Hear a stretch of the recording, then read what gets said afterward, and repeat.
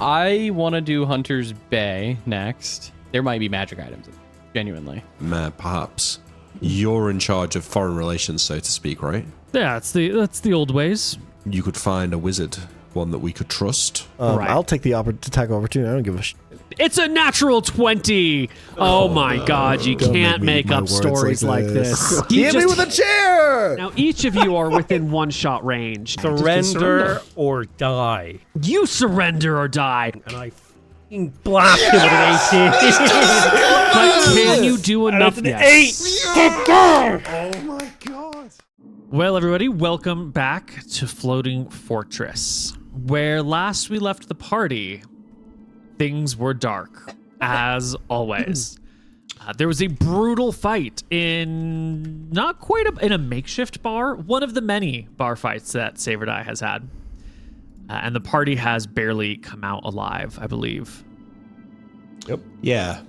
I'll just do my part of the recap for 25 XP nil, if that's all right. So we got into a really gruesome bar fight. We're doing recaps. Actually. We're doing recaps via last time on. We actually just scratch all of what just happened and just immediately start the session because we have all the intro done beforehand.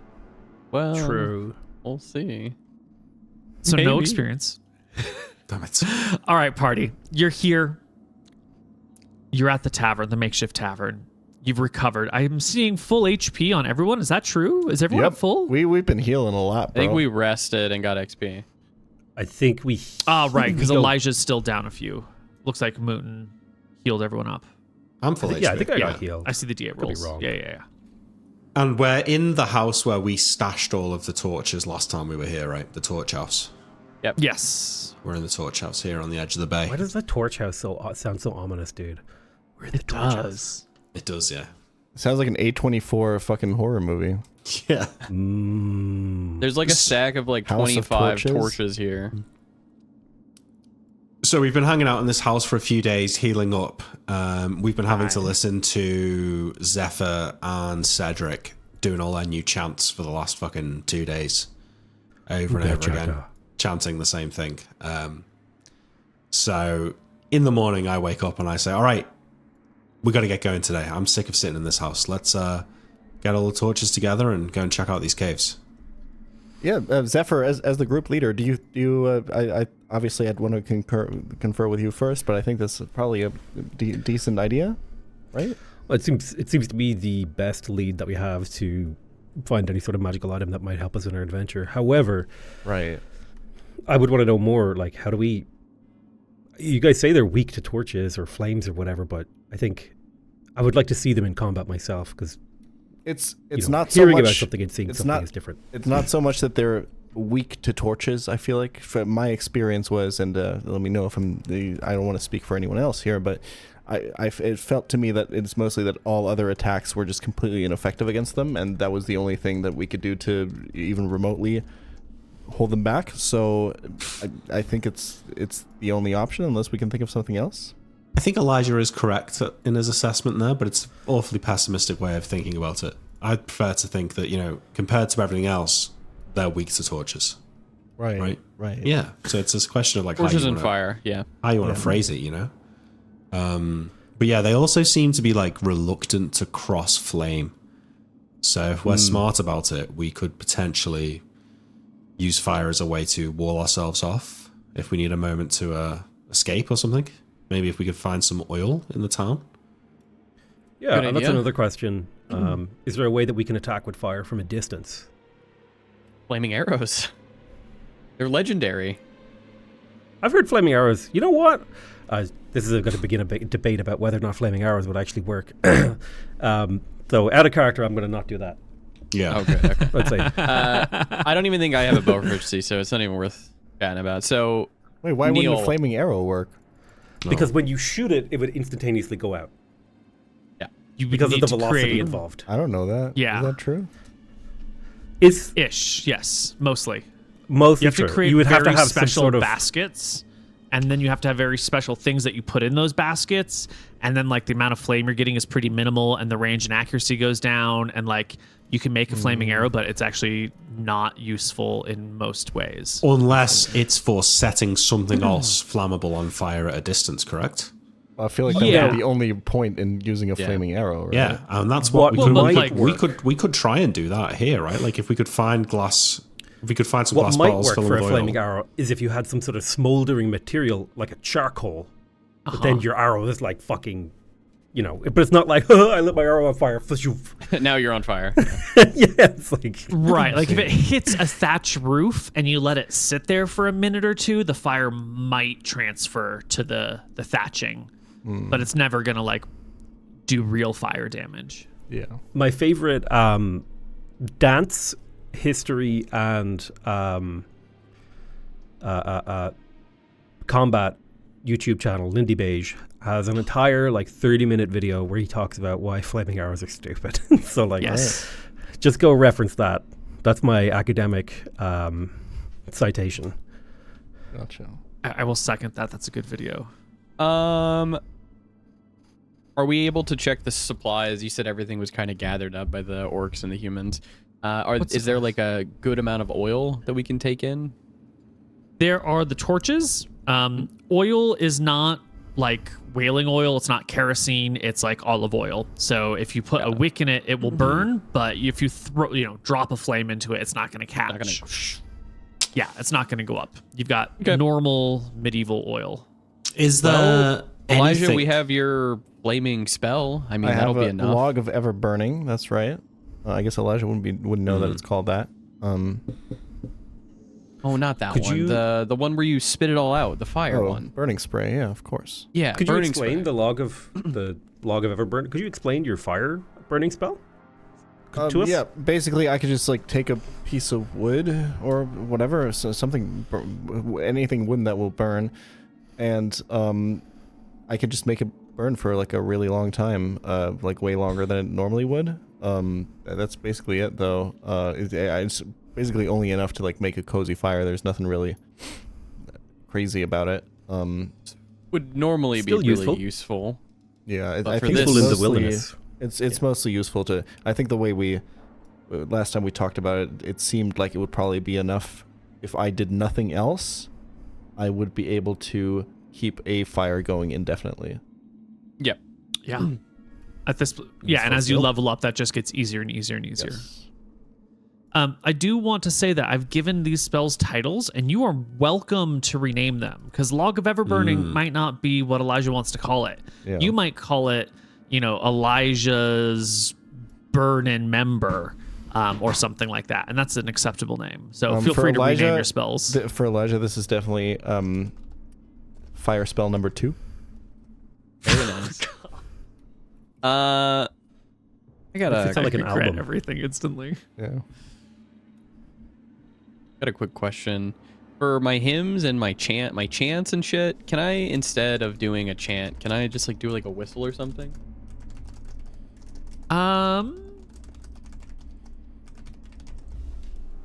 Mechanically, I need you to be making constant vocalization, so a whistle would be fine. You want to stay away from the thematic, actual words of deities. Yeah, I don't want to be fucking singing or anything like that. I think just a nice whistle, because then my mouth is still open. I still have to push air out, right?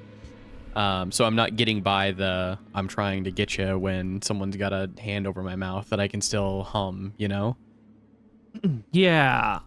We could do a wordless hymn or a wordless chant where you don't actually have the words, but you've got the... Because you are unusual clerics, Yeah. right? If you were a normal cleric who had chosen this path, I would say you have to abide by it. But your magic is a little unusual here. So I think those of you who are clerics, you're not coming up with specific words and creating songs and having insight instantly. I think you're understanding the rhythmic nature of the sounds. So it might be a whistle, or it might be a hum, or it might be just a vocalization, a ooga baga, without actually having the words. Without being I like the or idea anything. that my chant is my character just speaking in tongues, but not exactly gibberish, but he's just I'm the chosen one, I'm the weird, I'm the one, I'm here, I'm supposed to be the guy, this is who I am, I'm going to be the creator, I'm the protector, I'm the invincible. Yes. Just everyone who's fighting near them is what the fuck is going on? Yes. To make another Doctor Who reference, if you've seen the episode where they go and talk to Shakespeare and they use Shakespeare to send back the witches to the different dimensional planes, Shakespeare's like, wait, I don't know how to cast magic spells. What the fuck am I supposed to be doing here? And the Doctor's like, dude, you're fucking William Shakespeare. You know how to use words. You'll do fine. And I think that's the same concept here, is that you're understanding the innate thing behind the magic, and you don't need to like pick out specific words. So whatever sort of intonation you're doing is the right thing to do in that moment. So yeah, that's just how language works in general, right? It's just like you don't really actively think about it, right? It's mostly just like vibes. Make a noise. Yeah. Mm-hmm. Perfect. I'm glad we're all on the same page. Let's head into that cave. Obviously you're leaving behind everything and you're going in naked. Oh, I remember my question now. Yes. Leather limbs with my chain or my breastplate. Can I do that? Yeah. You can if you get some leather armor. Don't we have a ton laying around from the people we murked? From all the dead people that were surrounding you? Let me go take a look at their Rossi soldiers. Yeah. You can pick up some mismatched leather armor and effectively add 1 to your AC, Cedric. Very good. All right. It'll want that also too? add 5 pounds. Let me check the weight of it. Leather limbs. Gear. Leather limbs. 6 pounds plus 1 to AC. You could do the same thing there, Zephyr. If you wanted to increase your AC by 1, it'll increase your weight by 6. Absolutely. So I'll say breastplate plus leather limbs will be armor 5. Yeah, actually, I'm just going to add leather limbs as its own thing. Oh, okay, let me do that as then. 1, and that way we'll have like chest and limb armor as separate pieces. Perfect. And then I just need to go to my gear. And on the not in the impact. Yeah, there you go. What's your AC now, Zephyr? limbs. You should be 18 and I'm 16. Nice. I am. Which is actually not good for the cave we're going into, but because we good added though. weight, you know? But it is So- what it is. Yeah, okay. Beautiful. All right. I'm happy with that. A little AC increase, and let's go. We bring in the torches. I'll carry a ton of them. Neil, how many torches are in front of me? I think there are 20 torches that have been still gathered here. It looks like some of them have been used by the people that were on this, the soldiers that were here earlier. Alrighty. Nick, my breastplate wasn't helpful at all, right? Because it's just touch AC? Helpful against what? Oh, Against the these- slimes. Yeah. No. All right. I'm leaving my breastplate back here and my leather limbs. Okay. So mean, that's going to save You're me on a leaving little your weight. armor behind. I will say yes, but who knows what's deeper in the cave? Like you may live to regret that decision for the sake of 30 Yes. pounds when you've got 18 strength. Yeah. I'm going to keep my armor on just in case we need someone with high AC to interpose with a... Yeah. Okay, I'll bring it then. All right, I'll bring it, and I'm bringing all the torches, which adds... I'm at medium encumbrance right now, which is Give me a actually few not- torches. How many would you like? Give you like 5. All right, take them. Pound a Nick, torch. would you like any torches? I've got 5 torches on me. You're a I'll take pound some of torch, torches. Koibu, I got not 0 2. torches on me so far. These are not fancy torches. These are simple torches. They're a pound each. 1 pound. They All can't. right. They Saves me can't a be lot of weight. refilled. Take 5 Okay. then, Elijah. Yep. Nick, take 5. Okay, so I've got 10 now. Okay, I've got 10 as well. I'm light encumbrance again. Let's look at our shit. Got some papyrus. I got parchment. I got a flour sack. I got a crowbar. I got cloth, tinderbox. I got torches. I got a bedroll. Is there a way to get like a... Yeah, I mean, it's gonna be two torches per fucking hand, guys. That's all it is. This is not a... Not I'll be difficult. Let's I'll go. be single handing. Yeah, I'm wondering is it worth exploring the idea of trying to use taunt as a spell on the slimes to force them over flame? Probably That not. You sounds just have like a other good idea. spells, right? Yeah, but like if we can make some sort of line of fire and put me behind it, and the only way to get to me is through the fire, Won't they not go? I think they would still go. Only if Alright, it's yeah, we can try. impenetrable. I mean, It's we not- got 50 Let's torches, not do anything specific, but if the opportunity arises, let's position ourselves in that way. Alright, I mean, is there anything else you would even want to use your MP on? Yeah, exactly. That's what I'm thinking. I mean, I can cast shield on myself, which actually doesn't help because they don't attack armor. Yeah. So there's not really a lot, but some ideas. Let's go. All right. Well, Wait, I have a question. we go to the Sorry. yes. Just because I'm not going to be able to remember this. What happens... Oh, for taunt, do they have to be in, like, line of sight or something? Checking. One For almost specific type every of creature, spell, yeah. unless specifically called out, you do need your targets to be in line of sight. Okay, because I'm just... Preliminarily, I'm just thinking about how every spell that everyone else has interacts with Wall of Fog, because that shit seems really broken, and... That's a good point, yeah. Wall of Fog. I don't know, like, Taunt is it's a vocal spell, Yeah. but maybe you still have to be able to see them, I'm not sure.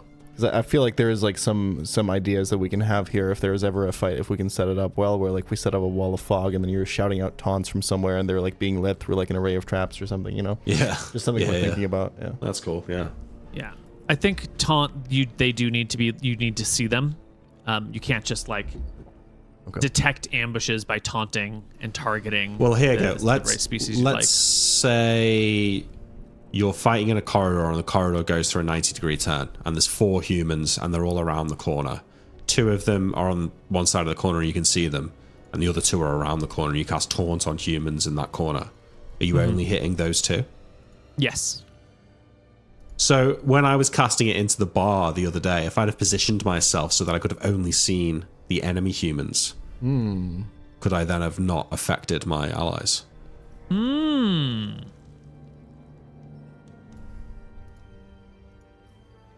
Like if I just don't look at Cedric, does he not get affected? That's a great question. Because you should. You're going to be over there covering one eye. Yeah. Or just not looking, because like the line of sight thing implies choice in a way. Yeah. I don't know. I don't want to get into the weeds on that. No. This is like a core question. So This fundamentally changes how you're going to be using your taunt spell.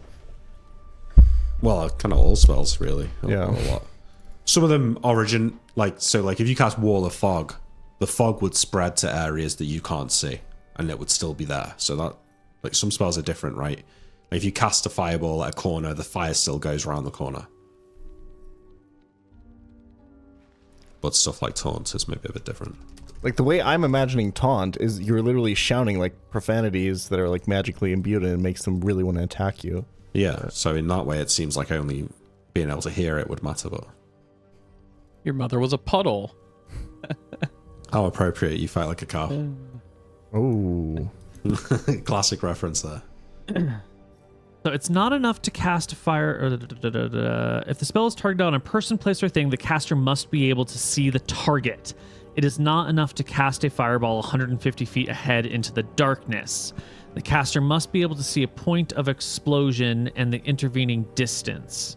Likewise, a magic missile, which always hits the target, cannot be fired into a group of bandits with the instruction to strike a leader. The caster must be able to see and identify the leader.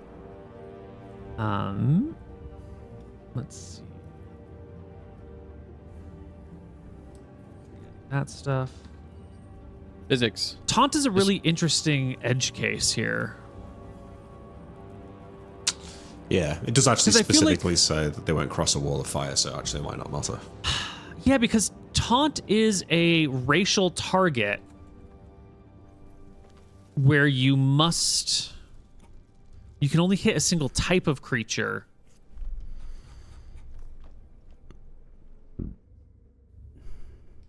Does that mean you you can hitting- only cast it on people where you know their race? I think with taunt you probably pick like a specific creature, and then it will affect all creatures of a Okay. similar type that are within. Okay, The zone. that makes sense. All right, let's do it like that. That's good. Does that mean it will go around corners then? Yeah, I think it would if they were within earshot. Okay, you have to pick a specific target. Yeah, All you have to be creatures able to within a see 30-foot him. radius of that thing Yeah. will then also be affected by the taunt. Yeah, I think I feel like that's a that good makes way the of most doing it. sense. Yeah. That makes Yeah. the most Makes sense. Good job, everyone. Okay. Pat yourselves cool. on the back. All right, let's go.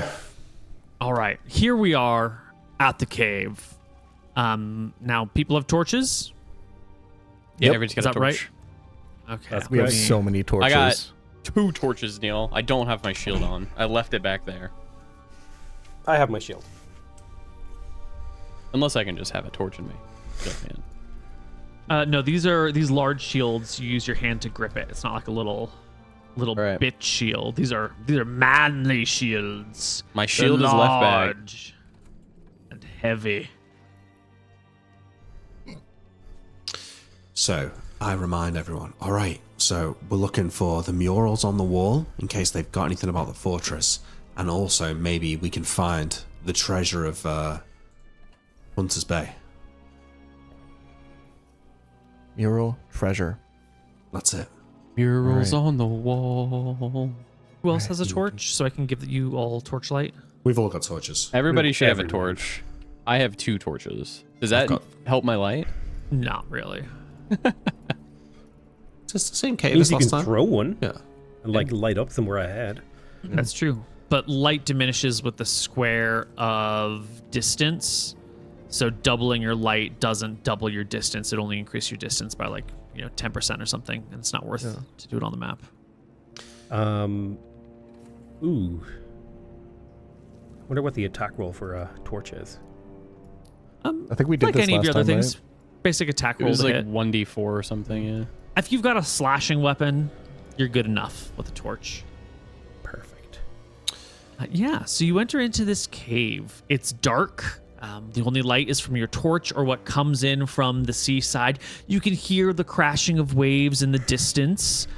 There's a little ledge. It goes up maybe 3 to 5 feet, depending on where you are. And then there's kind of that flatter area up on top. And those of you who have been here before, remember that you found a passageway.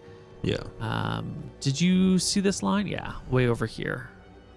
Yep. Come on, it's there this were way. 2 passageways. There was one to the top right and one to the left. We haven't been through the one to the left. We're going through the one to the right. Wait, is the one in the left? There was a There's crawl not space one that to you the could crawl left. through. No, there's not. Oh, right. Okay. Maybe If there was, it was a very minor. It didn't go far. Okay. Yeah, That's fine. Yeah. this is the only Okay. exit. Are you also is my high elf half elf vision in effect here? I do believe it is. You should be able to see sort of like a little bit down here on the bottom, right? Yeah, I can see all of that. So Yeah. Enjoy your Yeah, vision. everyone else can only You'll see never within be level 15 20. feet. okay, sweet. Let me go first. Sick. Oh, actually, no, but Zephyr, you should go first. You can see the best, and you're in armor, so that makes sense.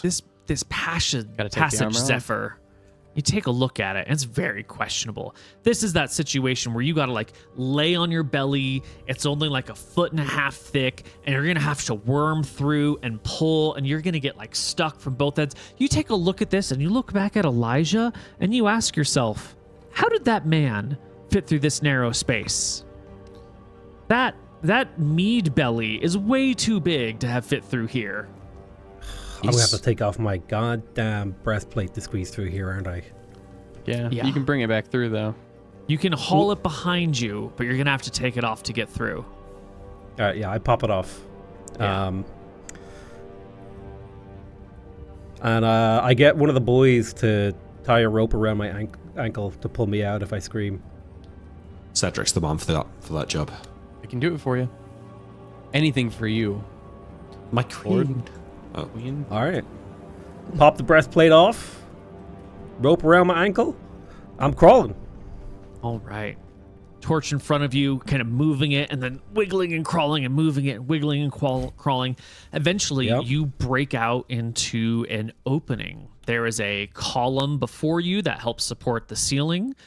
And within 15 feet, you can't see much other than like there's room to stand and there's room to move. And hey, that looks like a shiny little something on the floor.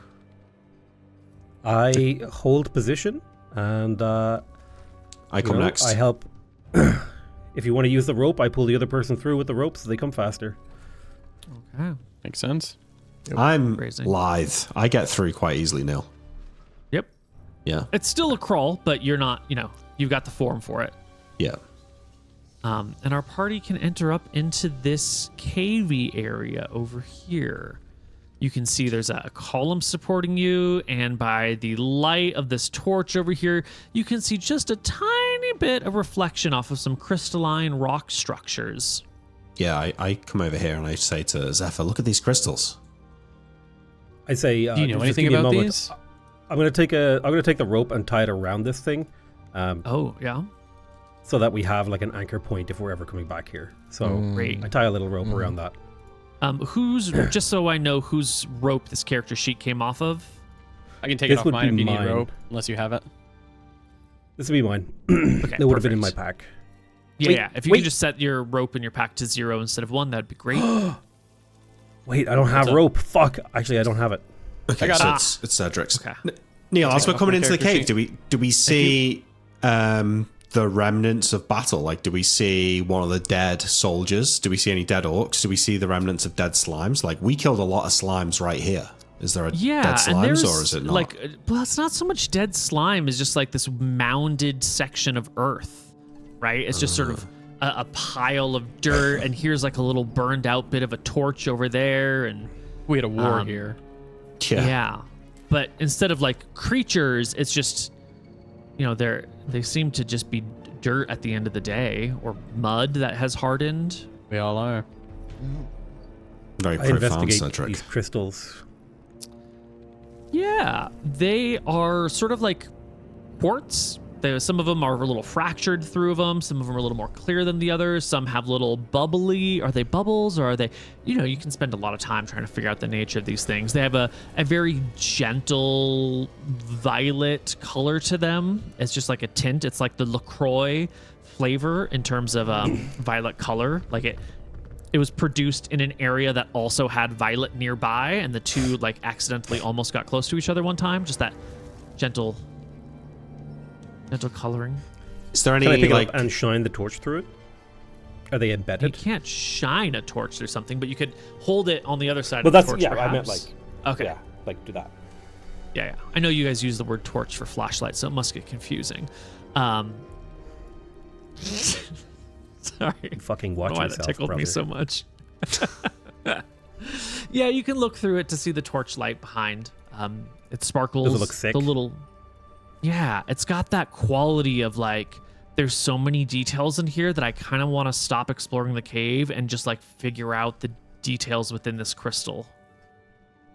These crystals look awesome. We should bring some of them with us, and I will, leave it here to investigate later. Or am I? I got a crowbar. Am I On the way back, transfixed I by can it? just. Perfect.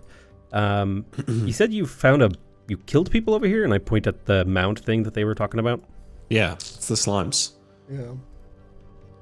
So many. It must have been like, how many slimes did we kill here? 20? 20? Yeah, I about don't that. think that's a crazy number, Elijah. I'm gonna be Toss- honest. Toss a torch.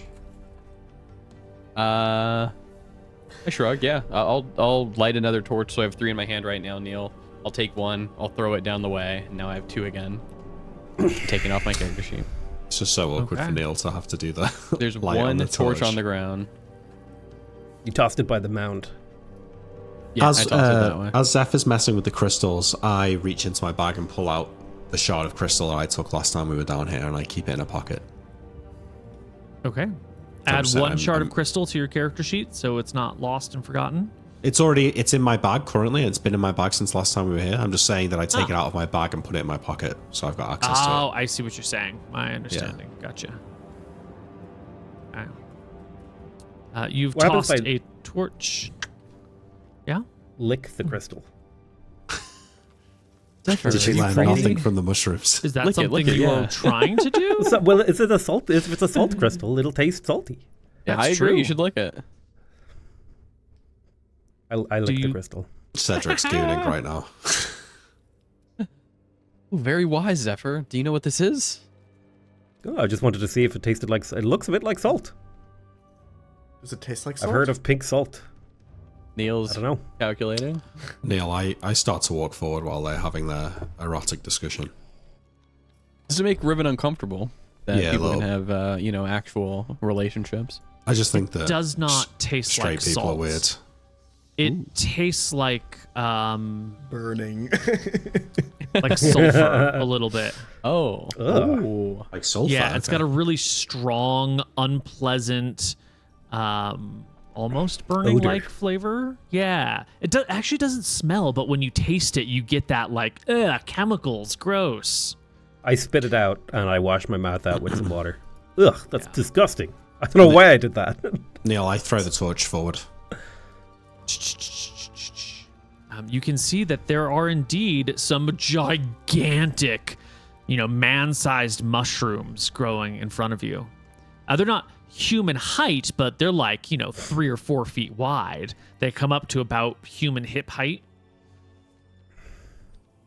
We're all just going to pretend that this isn't the Underdark. Yeah. Were those no, mushrooms there before? Yeah. Yeah. Yeah, playing. no, they were. Too much of The Last of Us for these mushrooms in this cave. Do I get my rope back, Neil? I just don't want to lose it if we're keeping track of shit. Someone's leaving it here until you untie it from this column. Oh, yeah. If you want it back, we can untie it. I'm getting my rope back. Just making sure. All right. It's on my character sheet. We I keep going. throw the torch again, this time onto the bridge. Be careful. This is where we kind of got felled back last time. So if we're going to get into a fight, we have to go back over there. Give me a roll to hit. I need you to roll an 8 or better on a d20. Oh! It's alright, I meant to throw it in the hole. Yeah, it falls into the hole. I meant to do that. Good throw. Thank you. How far down there? How far down is that hole? 8 feet-ish, depending on where it is exactly that you jump off. If you want to jump off the bridge, it's more like 15 or 20 from the very Everybody apex. focus up. Let's make sure we stay close together. Don't fall behind. I'm going to get the torch. Okay. Hold a torch against one of these mushrooms. It's Nick, fine, I I'm think gonna you see should what just happens. leave the torch, man. No, just you can pull me back up. It'll be easy. It's not worth losing it. It's a fucking. We have 50 of them. It doesn't matter, dude. We might need him. I go back and get the torch, Neil, and climb back up. I put the fucking rope down for him and I haul him up. All right. You crawl back up. What happens if I hold the torch against this mushroom? At first, nothing. And then as you hold it longer, it begins to be affected just like an ordinary mushroom. Probably it retracts and begins to wilt. Maybe it catches a little bit of fire when you hold it eventually. It appears to react as a normal mushroom ought to. Interesting. All right, yeah. I continue on. Catch up with the party. I don't think a mushroom would ever burn, would it? Because like mushroom's like 90% water. I It would feel it would like wilt and sizzle. it would never char. Yeah. It doesn't Okay, jar. Neil. Okay. I throw I throw mushrooms, so I know nothing about how they work. I throw the torch forward again. They're notoriously annoying to brown and cook. Yeah.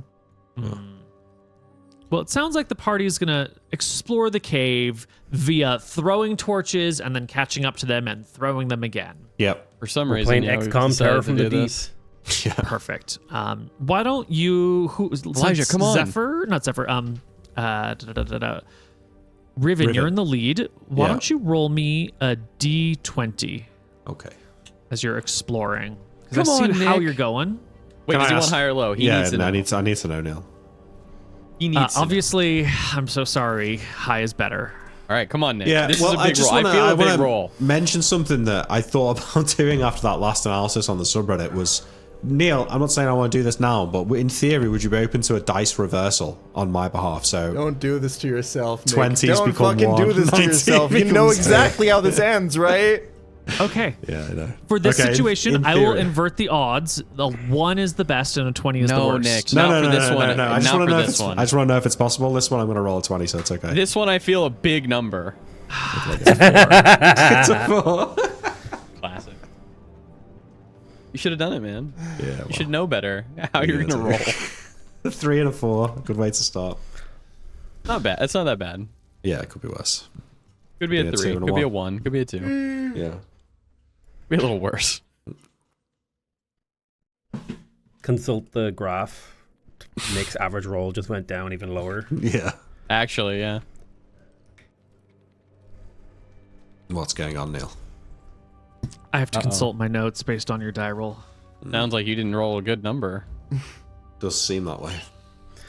So he's consulting the notes. We are super fucked. I always consult my notes. It wouldn't. They seemed slow, I think, last time, right? So we should be able Very to slow. We should be able to retreat to our defensible position. Especially with our genius idea. What genius idea is that? The torch throwing idea. Just Oh yeah. keep throwing your torch, man. This is. I just want you to understand that this is for your benefit because when they throw the torch, it doesn't reveal anything for me Oh. because I can already see. So I'm just letting you know. Thank that I'm you, doing my this for lord. you guys. Yeah.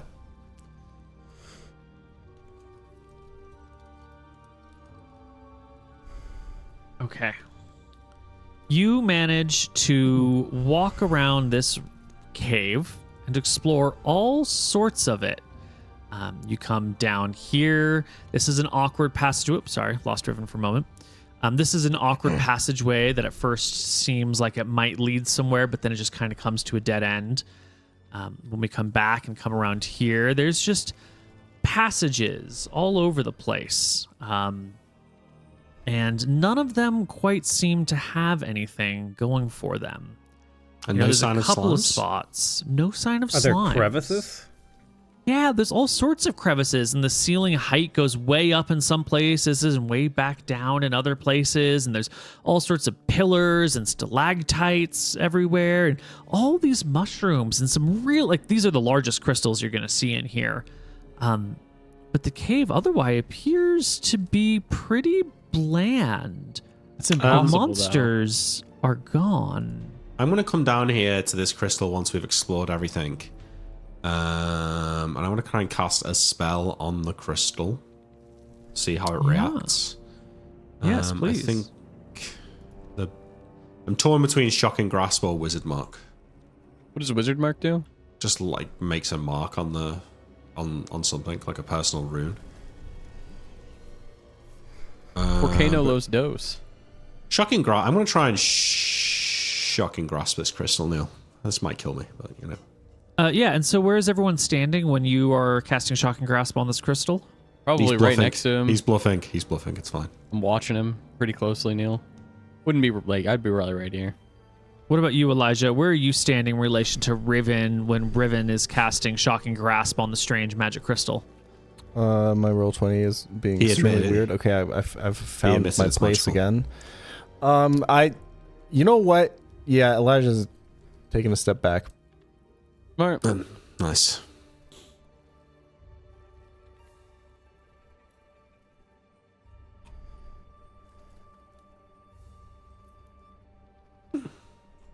He's just fucking with you, Nick. He's bluffing. It's all right. We He's solved the bluffing puzzle. so hard. He's not You bluffing. It's are over. casting Shocking Grasp. You grab the crystal. It's an insulator, and you zap yourself for 40 damage. Get fucked. Don't let him bluff you like this. No, I am about to unlock the He's just path to the nothing treasure. happens. This is it. Yeah, you hold it. Would you put Shocking Grasp into chat, please? And again, like Elijah, you sorry. can rename these as you please. I will. Depending on how this goes, I might change the name of it.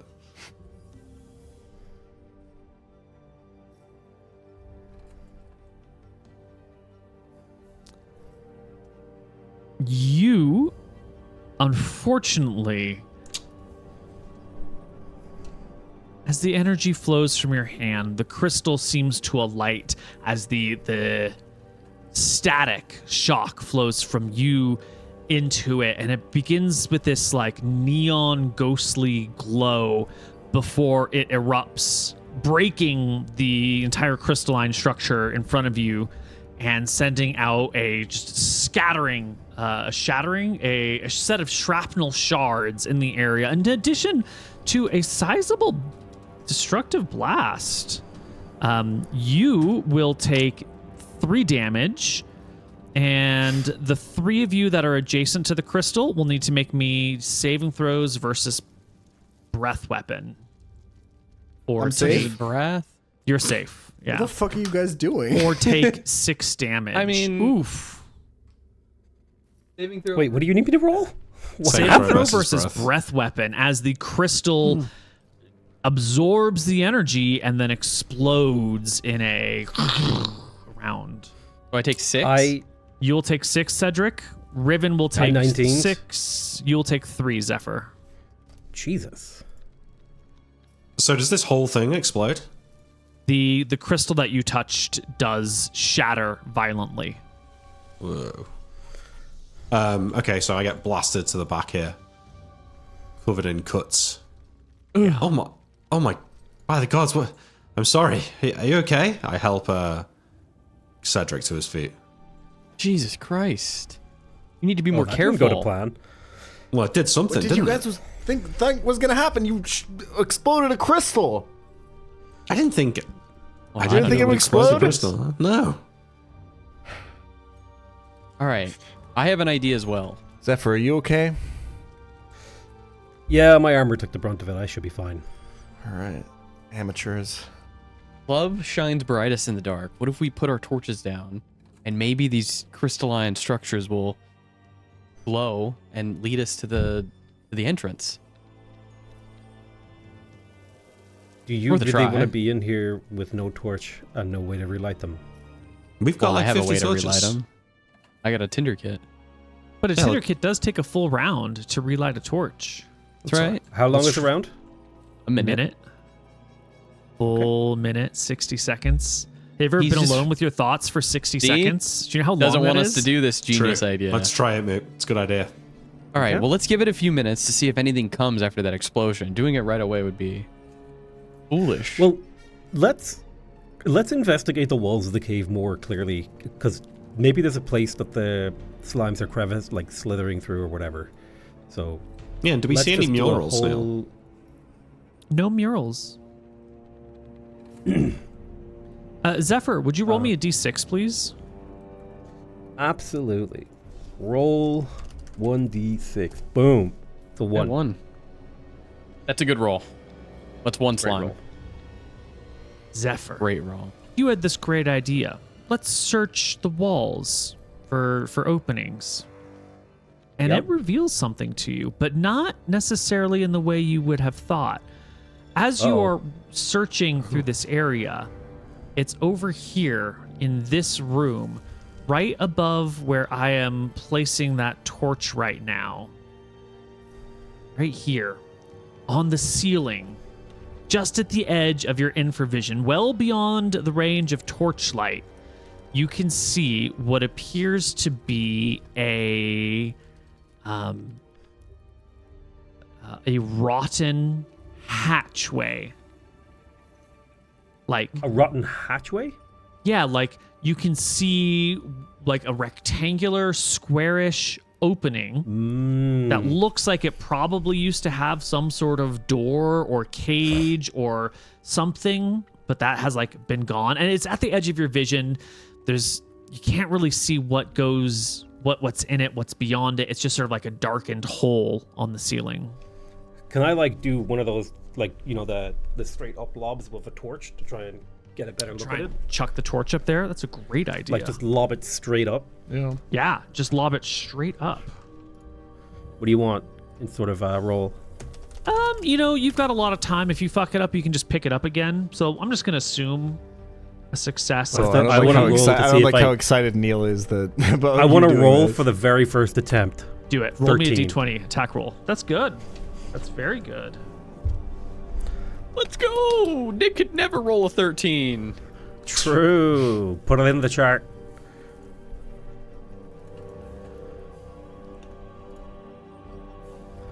All right. So your torch goes up and up and up. It probably goes maybe 30 feet up into the air because this hole is pretty high up there. It's really high up there. And as the torchlight something looking illuminates the area, well, you can see that it is indeed a stone like column, like a shaft, like a well almost that goes up. Oh. Interesting. I'm going to be casting Cure Light Wounds on myself at this time. I do believe you did that at the beginning of the day. You healed everyone to where they are now after Oh, the big there we nasty go. fight Yeah. yesterday. Can't cast it then. Then I'm Yeah, fucked. everyone's already had their healing spells cast today. I'll be So, whistling guarding him, which grants 2 HP temporarily for as long as the chant continues. I'll be giving that to everyone. Why don't we just go back and look for a ladder? Just me. I was Yeah, just about to guarding say, him, you target one person with that spell. So is it you who's gets the temporary That's right. HP? Okay. We could go and There find might a be- ladder, rest up for the night, get our magic. there and might be our more than health one back. way up there as well. There might be a way to come down from on top of the cliff. I believe there was a cliff all around the valley here, right? Yeah. Might be worth investigating the top of the cliff. This might be the bottom of a dungeon. That's true. It could be, yeah. Very true. Let's search the rest of the cave and try my idea. And then I agree. Let's get a ladder and come back tomorrow. The only other thing of note that you can tell easily in this cave is over here we've got this section where there's water. Ooh, There's okay. like a little lip of water's edge right here. And it goes back, I don't know, 25, 30 feet at its deepest, but who knows how deep it goes down. You can't really see through the water because it's only torchlight. It just sort of glints and reflects back at you. I'm a really okay. good swimmer. I can't You swim, guys- but I do have 18 con, so I feel like I can hold my breath for like a long time right now. Mm-hmm. I'm a good How long- swimmer. Does anyone have like lightstone? I have a spell for this, guys. We've talked about this. Oh, he's got the breath spell. That's right. I have Oh. water spell number 1. which is which is it increases spell increases the amount of time a character can hold his breath as described in the player's handbook. A character can hold his breath, blah blah blah. The effect of the spell is the effect of the spell is added to whatever normally you would be able to hold your breath. The duration of the spell is always unknown to the recipient. The DM secretly rolls a 1d4 plus 1 level to determine the exact duration. I'm assuming this is minutes? Yes. Or, yeah. I mean, It's going to be 1/3 your minimum, con, right? It's going to be minimum 6 minutes. That's really good. Yeah, let's do it. But it's only one person, right? Yes. Okay. Well, maybe we cast it on one of Cedric or Zephyr, since you two can both swim, right? One can person swim per very level, so you can target 2 people with it at first level. Oh, yeah. Or you're at second level, so you can target 2 people with it right now. You're right. Okay. Yeah, I mean, Do I I'm a want to little use injured. all of my spell power for this, though? I won't be able to use Probably Burning Spray not. if I do. Let's just send... You get 2 spells, right? You've got 8 MP. Each spell only costs 4. Oh yeah, this would only cost 4. You're right. Yeah. Maybe we just see if there's a way through, and if there is, we come back tomorrow. Yeah, I don't think wanna at this come point back we need to. tomorrow. Well, Sorry, wounded. out of we might as character. well heal up, right? Yeah, Yes. I think that you shouldn't have done that stupid shit that you did Huh. with the fucking whatever. But give me the spell and I'll go down there. Okay. I cast water spell number 1. Which Take your armor off, Cedric. consists I of take me- my breastplate off. Can I leave my leather limbs on or no? If you want, it just adds leave weight them to on. you. Yeah. It's all right. I will drop my backpack. Does anybody have a light spell? Because when I get on the other side, I'm not going to be able to really do anything. We might actually need the log of everburning. That's a good Bring point. one of those crystals with you. Is there anything in here that's bioluminescent, Neil? There's not. Nothing. Not Nothing. even a. Maybe Zephyr should go then, since she's got elf vision. I've got infravision. I do have swimming proficiency. I can swim. Then you should go. Yeah. Yeah. Okay. I put my shit back alright, on. Let's do it. This is very reminiscent of the time that I took Drolv Razor through a thing and I found ogre babies. Oh yeah, I remember Yeah.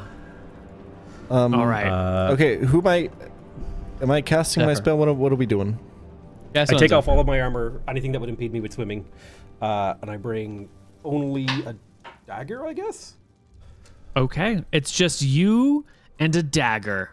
I cast water spell number 1 on. I mean, I might as well cast it on 2 people since I can, for the same Sure. cost. So I Yep. cast it on both Zephyr and on Cedric. Could you post it in chat? I can do that. Hero. With lasting breath, water spell number 1 cast upon you. Zephyr can wade into the water, feeling for the floor. It's soft and silty beneath your toes. It descends to deeper and deeper until it's well overhead by the time you're maybe 10 feet within the pool. And the floor drops out beneath you. You're going to have to swim in the darkness. You do get dark vision, so you can see some. I'm But going it does down for appear about to a be minute. a clear shaft down. Ooh, it goes Up down. a shaft. 15 If feet after about a minute- wide. It doesn't come down. If after a minute I don't find anything, I'm going to come back up. Well, I'm gonna it count to about does 60 seconds. change angle. Instead of being like, it's not straight down, it's kind of just down and back. The angle gets ever more shallow as it goes down and back and ever more shallow. And the width of the passageway begins to open up, and it's not 15 feet across or 5 or 10 feet across anymore. It's more like 20 or 25 feet across, but it's also getting thinner and like wider and shorter. It is morphing, but generally getting larger and changing to a more shallow horizontal trajectory. Okay, hold on. I'm mentally thinking of how long can I hold my breath. It's 1/3 my con, so it's 4 minutes plus at least 2 minutes. How long have I been down here now? You said 1 minute, so 1 minute down. Do I go another minute of swimming forward? Right, because you can at least hold your breath for 4 minutes, guaranteed, right? So you go another That's minute. my minimum. Pulling yourself along by the edges, because it's easier than like full-fledged swimming to just pull yourself on the sides of things, keeping an eye Dagger out, in my watching teeth where you're type going. moment, you know. Yeah. Do I see give like me- the shimmer of a surface of water? No, but you can feel the pressure of the depth beginning to push on you.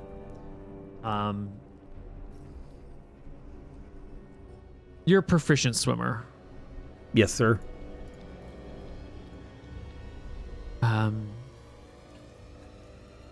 That's it. Yeah, you're 2 minutes in. You can definitely return and succeed. You could probably go forward 1 more minute. I go think, forward by one the more rules minute. of the spell, and then if you don't immediately go back, we have to start making dice rolls. 3 minutes of traveling underwater. The passageway that you're in has now gotten so wide that you're having trouble seeing all the way from side to side. The height is maybe 10 feet, and you're noticing that in front of you, it's hard to tell if the passageway is diverging into 2 things or if there's just like a temporary divider, like a really long column that splits it, but it does appear that there is some sort of fracturing of the passageway before you. So the question is, do I just keep going? Is this where I just let my character drown with no certainty, or do I come back? I come back. Gotta come back. You come on back. You come out of the water alive. No dice rolls to see if you're gonna die. I explained to the party, I went down for 3 minutes. I saw, there was this curve to the thing. There was seems to be maybe some kind of chamber or an underwater maze. It's hard to tell. I didn't feel safe going any further because I didn't see anywhere I could breathe. The pressure was getting really high. There might be something down there, but I think this might be beyond our skills at this time. I mean, you're a strong swimmer, Zephyr, and if you can't make it safely, then I don't think all of us could make it. No, I think we would need to figure out a way for us to be able to be underwater for an extended period of time, like instead of minutes, like hours. Yeah.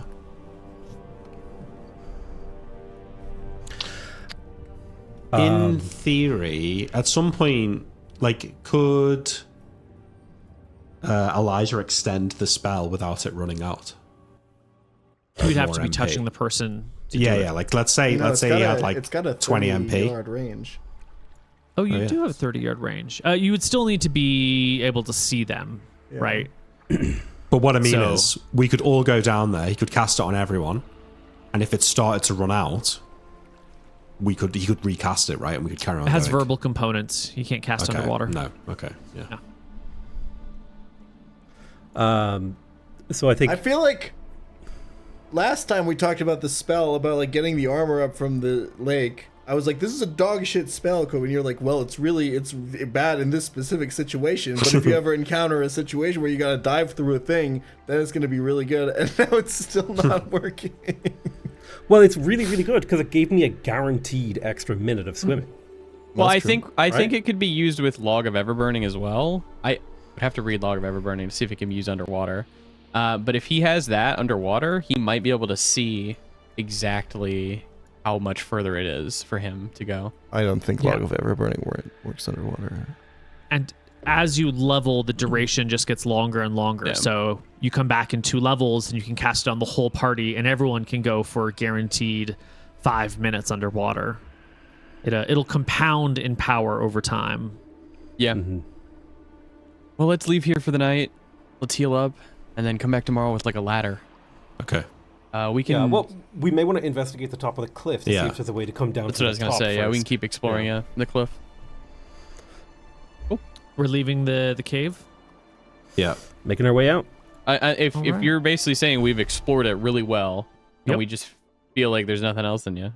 Yep. That seems like you've explored the cave to its extent. You have found all sorts of weird crystals that you might not want to cast magic into, a strange hole filled with water, mushrooms, but not a slime to be found. What's and there was that hatch or that well. As we're leaving, I'm thinking about what happened when I cast the spell on the crystal. Did it feel like the crystal was like reverberating? Like, did it feel like it was interacting with the magic, or is this just how any crystal would react if you cast Shocking Grasp on it? That's a great question. You know, crystals typically have, at least resonant. Culturally, they have like magical properties to them. But did I never actually feel had anything the chance to truly investigate magic before like this. You didn't get a feeling back. And I think there was a lot of surprise as you cast Shocking Grasp and then it sort of glowed from within for a moment before exploding. I think maybe if you could find some other crystals, you could do like a side-by-side comparison and see if this was unusual. Elijah, can you try this? Can you try casting your spell near a crystal?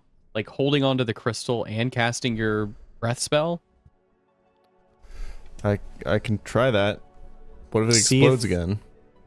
Well, don't cast it on the crystal. See if maybe you can like draw power from the crystal to enhance the spell. Yeah. Okay. We should probably do it with a spell that we can more easily tell if it was enhanced or not, right? What spells do you have that could I think the most obvious one would probably be, let's see.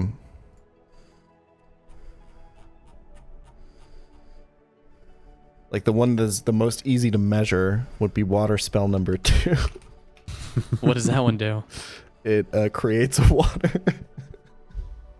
Creates water? Yeah. And I know how much exactly it should be able to create. You've actually renamed it to water spell number 2. Oh my god. So if I so it should make 8 gallons, but if it should currently make 8 gallons. I've only ever been exactly able to make 8 gallons. We just get a couple of containers, and if it's more than 8 gallons, we know that it works. Let's try it. Perfect. Let's try it. I do believe someone has Riven. You probably have a little bit of crystal with you, right? Yep, I do.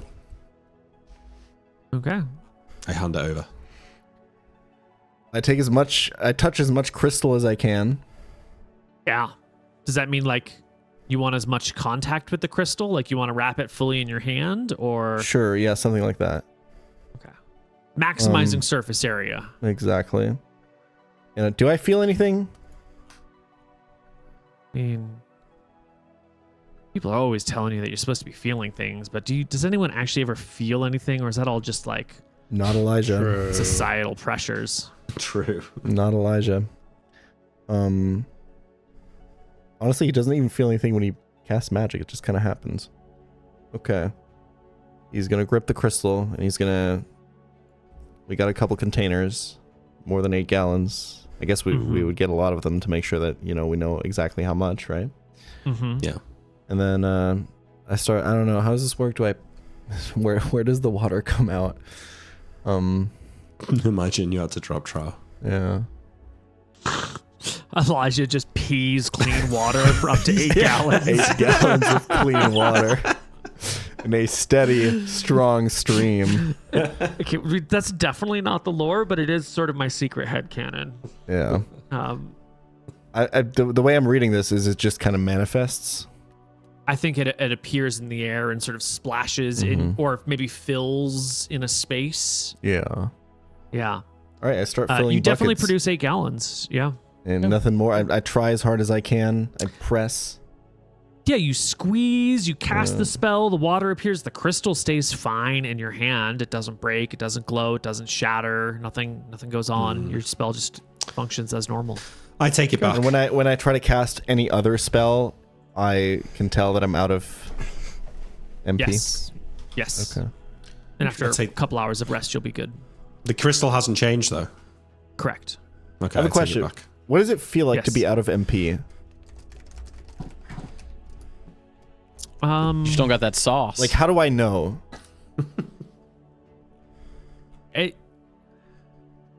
You ever have task initiation problems, like as a real Literally, human? yes, my entire life. Okay. So when you're out of mana, it's like task initiation. Like you go to cast your spells and you're like, my gas tank is fucking empty. It's like I when just- the Vivans wear off. Sure. Yeah. I'm not sure with that, but yeah. Okay. It's just that like I can't bring myself to get out of bed. I just can't. I just need to fucking Yeah. It's a very intuitive sense. Gotcha. Okay. Yeah, you guys can rest for a day and get back all your MP and be able to heal again, or you can just rest a few hours and get back your MP. What do you want to do? And when you go back into that cave, what are you going to go look for? That hole in the ground, the hole in the ceiling was like 30 feet up. 30 feet. I mean, we'd need multiple ladders and string them together. Yeah. Someone had said go to the top of the cliffs, but Yeah, we could try that as well. That night, Neil, I will cast Wizard Mark and engrave a rune on that crystal.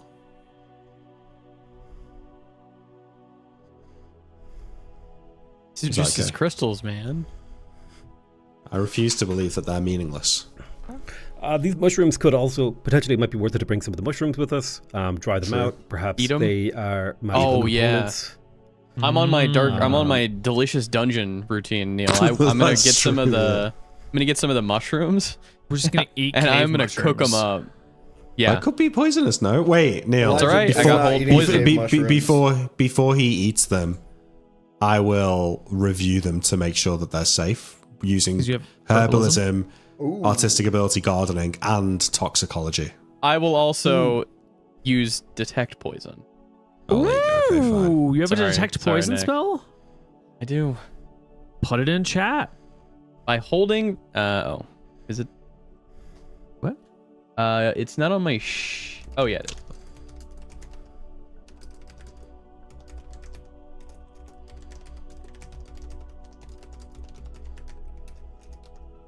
The holy symbol will basically come to a stop if there is poison present. Right. So you hold up your holy symbol on a chain and you get it to rock back and forth. And for your situation, since you guys don't actually really need holy symbols, you do need something on a chain, some sort of pendulum thing to work. You've got this weird cleric without the devotional aspect working for you. But you'll need, a weight on a chain. And then you set it to Yeah. motion over something, and if it stops, that tells you it's poisonous. Let me think of what I would have on a chain. I'd probably just have like a coin, like a gold coin. You've probably got a little pendant with a picture of your mum in it. I got Probably a not. That's pendant with a probably way too picture advanced. of Ribbon's mum in it. That was coming. That's fair though. My mum was a bird. You can tie a rock to some string or something. Okay, I'll do that. You'll probably want to come up with like a holy symbol, like a Yeah, longer theming. version eventually. Yeah. All right. So for now, I'll just do that. Yeah. The casting takes 1 minute. There, you can be inside, so you don't have to worry about winds or other people getting in your way. And the pendant just sort of swings normally. It doesn't have like a sudden arresting of motion. You detect no poison within this mushroom. Cool. I cook them up you- tonight and I make them for the party. Absolutely. You can chow down. Do Now, we they have have an alternative food? unusual... Oh, I'm listening. Do we have any other food? You have rations, dried Elijah's meat, disgusted and by the cave mushrooms. He's not eating that shit. yeah. The mushrooms have a very earthy flavor to them. They're not like the other mushrooms that you might be used to. They're very pungent, very strong flavored. Agricultural. They're quite Germanic. Hey, it's perfect then. Yeah, these mushrooms are really good, Riven. You should try some. Yeah, you're right. They smell really good. How'd you cook them? Oh, you know, a little bit of this, a little bit of that. God, I've never seen a mushroom this big on the whole of Aknara. Oh. It's, yeah, it tastes all right. All right. Tastes all right. Elijah is reminded of the autumns he would spend in the family like vacation house somewhere a little bit on, when they would go mushroom foraging in the forest and make like a really nice fresh like mushroom stew out of really nice mushrooms, and look at these disgusting abominations and shake his head and eat his rations. He will not verbalize any of this. It's kind of getting to Elijah that he hasn't been in he's been in not society that he's not used to. There's a lot of stuff from back home from that he misses, the nice life of the bureaucrat, with all the things that he has, and it's starting to wear on him. He's a tough guy. He can take a lot of mental abuse, but I think this is one of those moments where it really dawns on him that like he kind of misses home a little bit. Yeah. Well, are we resting for a full day, or are we climbing to the top of the hill? What's the plan? We looked to Zephyr. We could go to the hill in the morning, or we could rest and get our spells back. Get healed up, go in the morning. I think rest is a good idea, especially considering the crystal incident. True. I pick a shard of crystal out of my shoulder. All right. So I think we should. My personal preference would be to rest tonight, mainly because we were wounded yesterday. After we eat our mushrooms, Neil, I'll go wandering around some of the backs of some of the houses looking for ladders. Yeah, there's no 30-foot ladder. You can find a couple of Yeah, I don't need it to be ones. 30 foot. I try and find a few smaller ones, like enough that I could like lash them together to make a super ladder. Yeah. Sorry. You look at this tickled me. concept that you've got before you, and you know Super it's not ladder, OSHA genius. approved. You know That's that fine. these Yeah. ladders are, handmade, and they're all quite old because you don't ever replace a ladder until it's completely broken. And that when you lash these things together, there's a non-zero chance that anyone climbing it might collapse the entire ladder. But, you're probably going to be fine. I Like, trust myself. I'm light-footed, Like I can climb You'll this ladder. probably be fine. I'll be Yeah. fine, yeah. So I can go up there Good and I'll see enough. what's going on, and that'll be enough. So I gather the 3 or 4 ladders that I've got, and I stash them behind the torch house for the morning. Excellent. All right, the next day comes. The party wakes up feeling rested. I'm sure you had someone keep watch overnight. We didn't talk about it because there's nothing on the island. There's no critters. There's no slams. No slime, seemingly. We all line up for Cedric after breakfast to heal us. Bless you, my child. Come receive your healing, everyone. Yeah, I've come to receive my healing, Cedric. Oh, so you want healing? All right. Yes, please. Thank you. Are you over 20 or over 75% HP? No. This one's for me. This one's for you. I am I'm still missing a little bit of HP. That one's for you. Beautiful. And then this one is for I'm the full queen. HP. The queen. Good. Yes. Unless you're over 75%, then I'll give you an extra. I think you might be, but I'm not sure. Oh. I wait, 13 divided by 16 is 13. 16. I think that is over 75. Yeah, it is. It is. So I get- And you got 9. Well, I'm full because I'm only missing 3. Great. I got 2 HP, so I'm at 9, 10, 11. Yeah, all right. I'm near max. Whatever. Fuck it. We ball. Okay, I show them the ladders that I found last night. I say, Good ladder. yeah, they look a bit dodgy, but I reckon if I lash them together, I could probably at least get up there and take a look. And on. You want to do that first, or you want to try the cliff? I'm I don't mind. I could go for a hike. I can go for a little bit of fresh air after last night. Do the cliff first. It's a good Okay. idea. Yeah. To the cliff we go. Mm-hmm. I try and take, before we go, Neil, I go to the entrance of the cave and I look up at the trees at the top of the cliff by where the entrance to the cave is. Yeah? Mm-hmm. And I want to take a real mental note, try and spot a specific tree or something about a specific tree that I can use to try and make sure I'm in the right spot. Once we get back up to the top side of the cliff. Yeah, well, you know? when you get to the tops of the cliff, you can come over and look off the edge of the cliff and like look down to be like, where am I exactly, and relocate your relative positioning. Okay, if that's how it is, then that's okay then. Yeah, that's not. These cliffs have they're nice gentle edges. You don't feel like you're gonna be potentially losing your life if you approach the edge. Okay. Oop. Yeah, it's just some fucking cliffs, some trees, some grass. I don't know. There's no landmarks. There's no like secret dungeons sticking out of the earth. Yes. Anything you guys but are looking for in particular? I say to Zephyr. So, Zephyr, you need what to I'm looking tap into your inner elf and try and detect secret doors. yes, I'm Mar. trying to detect secret doors. I'm also going to the edge of the cliff, and what I'm looking for is if there's what look like natural ways to kind of walk down the edge of the cliff that might have actually been like cut stairs that have been weathered over time, because perhaps the entrance is actually on the cliff face. That's clever. Good idea. Excellent. Roll me. Actually, let me roll it in secret over here. Those are great things. You find nothing like that, unfortunately. I'm so sorry. The dice indicate just ordinary.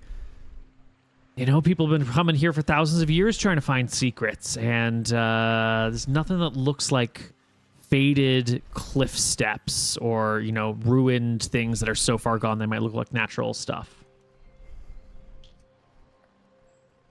Is there anywhere nearby that looks like it was like a small mound, like a raised piece of earth? Because typically structures are...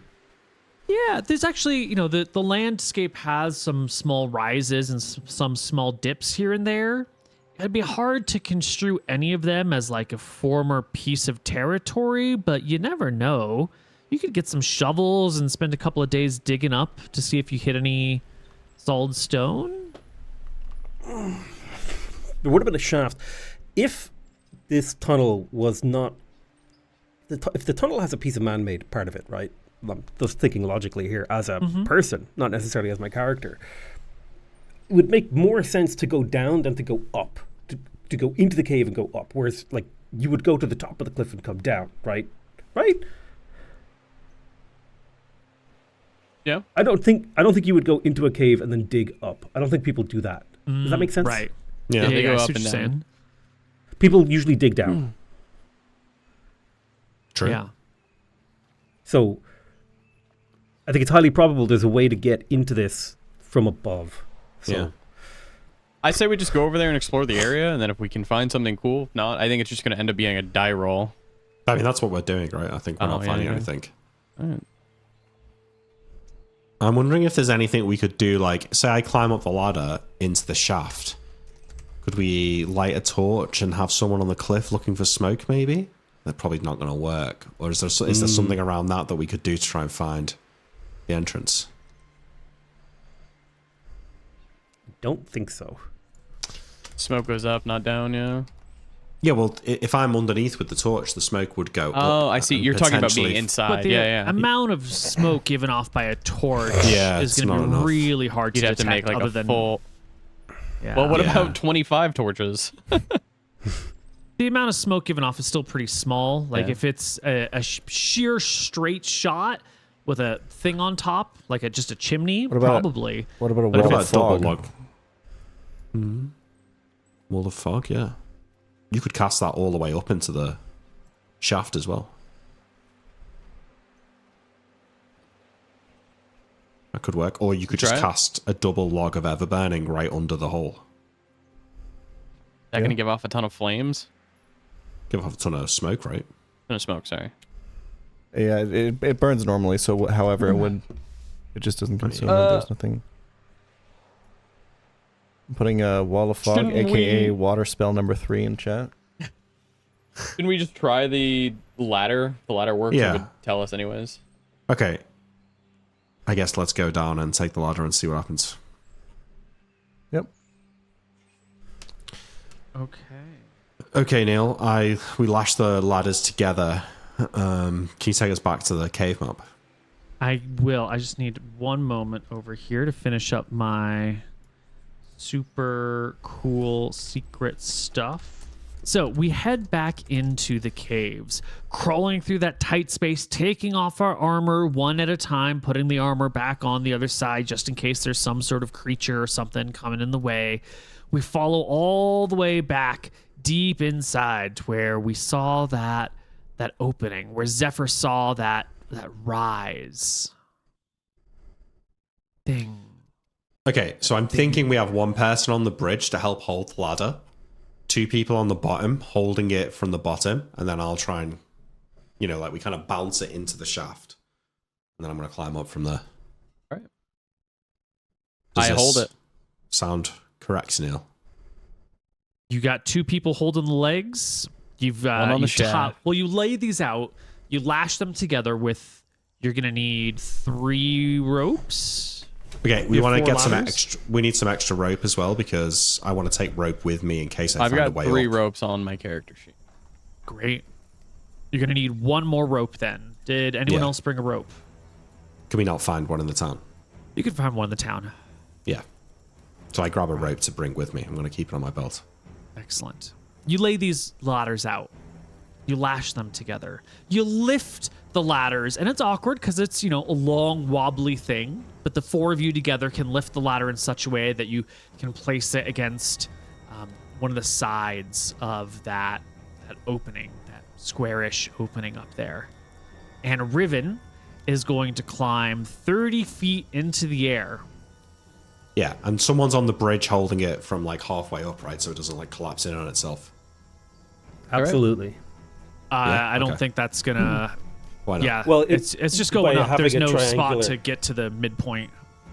Oh, okay, Well, no, so but it's going if straight up. they are they not stood on the bridge and cannot like reach out and hold it? No. The ladder is going like. Let it go, Neil or Nick. It's all good. Did you? I mean, you could start the ladder on the bridge. I don't understand what the. Why is the? Here, I I'll assume draw the it. hole was bridge pretty midway? much. I assumed pretty much the hole was above the bridge. No, so no, the it's ladder a- would start it's- here. It's, and it's not go above the up like bridge. that. It's above this point over here. Oh, okay. Yeah. All right, whatever. All right, we roll the dice. Does the ladder hold for Riven? Our Nick, most nimble. Yes. you're gonna make a die roll. Okay. Yeah. Do you want to roll high? Wait! Or do you want to roll low? Wait! Well, yeah, I'm waiting. Okay. Oh yes, bless me. I have God air bless you. spell number 1, Oh, okay. Spell number 1, perfect. which, pretty self-explanatory. It's featherful. Yeah. Perfect. All right, okay, then you're good. Great, then I'm good. And have you got the blessing that you can? Is there like a thing you can cast on me before I do a task to give me a bonus or something? Yeah, I will bless you. I'll type it in the chat too. Here is your mechanical bless, +1 on your die roll. Okay. and I might chant for him. Let me look. Chant for me, baby. Chant of Temperance. This chant creates an aura of insulation. Don't need that. You don't probably need HP. Yeah. I mean, you're good to go. I'm good to go. Neil, I do it. I go up. High or low, buddy? What do you want? I'm due a high. Right, I have to be due a You're high. due. You're due. Okay. You do. I'm big time due. Should I refresh roll 20? No, Thoughts? no. Whatever you're, you you're, think don't you touch need. the seed. You're Okay. good on the seed. This is the seed. All right, good. We're rolling high. Let's go. Oh my god. It's crazy, man. Let's go. Lucky. So unlucky, man. I don't know what to say. You're fucking cursed. The ladder man. absolutely breaks under your weight. I'm so sorry, Riven. You're not that heavy, but these are old things, and you've just lashed it together, and you get about 3/4 of the way up. With your vision, you're able to see that this is some sort of well-like structure that goes up maybe another 20 feet before it opens into something above it, and that's when the ladder snaps and you Okay. fall. But Elijah, quick on his feet, throws down an air spell number 1. That's right. That's and crazy. you man. can cast float to the instantly. ground. And has But enough range. I do Yes. see there is a chamber up there. There's something. Yes, it looks like an intentional man-made structure with an opening inside that goes even further in. Can we Like, do did like it look boosting? like there was a Can we floor? boost him up? Well, you Nah, it's- could when you had a ladder, but it broke. No, I mean like overall, like on my shoulders. No, it's too like hard. 30 feet. Can we fix the ladder? Lash it back together? We can try. you It's going to be ladder. less stable than before. So, Nick, your chances of breaking a second time is even higher. It's all right. We've fine. got You the can spell do it. slots. We'll try it one more time. Yeah. We'll try All it right, again. you got the spell slots. Give me Yeah. another d20. Roll high. Don't forget to factor the +1, Neil. We're Plus, we have to use on rolling the for last one. ladder Wait. construction. Your blessed. Wait. I can give an advantage on this. Ouch. I can use shortcuts. Tell us What about if you shortcuts. If you roll lower than 10 on both dice, you get a critical failure. But it's okay because the Tell us. feather Yeah, that's fall will alright. save me. Yeah. That's good, actually. Tell us about read shortcuts. yeah. How does that work? Basically, you build a ladder in a shoddy way, but somehow that gives you an advantage. Hold on, let me put the spell into chat. That's stupid. Boom.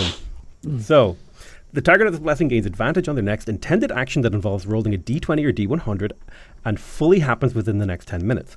A natural result of 10 or less on a d20 or 50 or less on a d100, which is a 25% chance, is a critical failure. I think that what that means is if you get lower than half on both dice, it's an automatic 1. Yeah. Critical fail. Yeah. Shortcuts only available when there's something that could possibly go wrong that you would normally want to avoid. Something can go wrong here, so we can use it. And I'm thinking you're scrambling up this and trying to climb it faster than it can break. Yeah, That's yeah, what I think is yeah. happening here. Okay.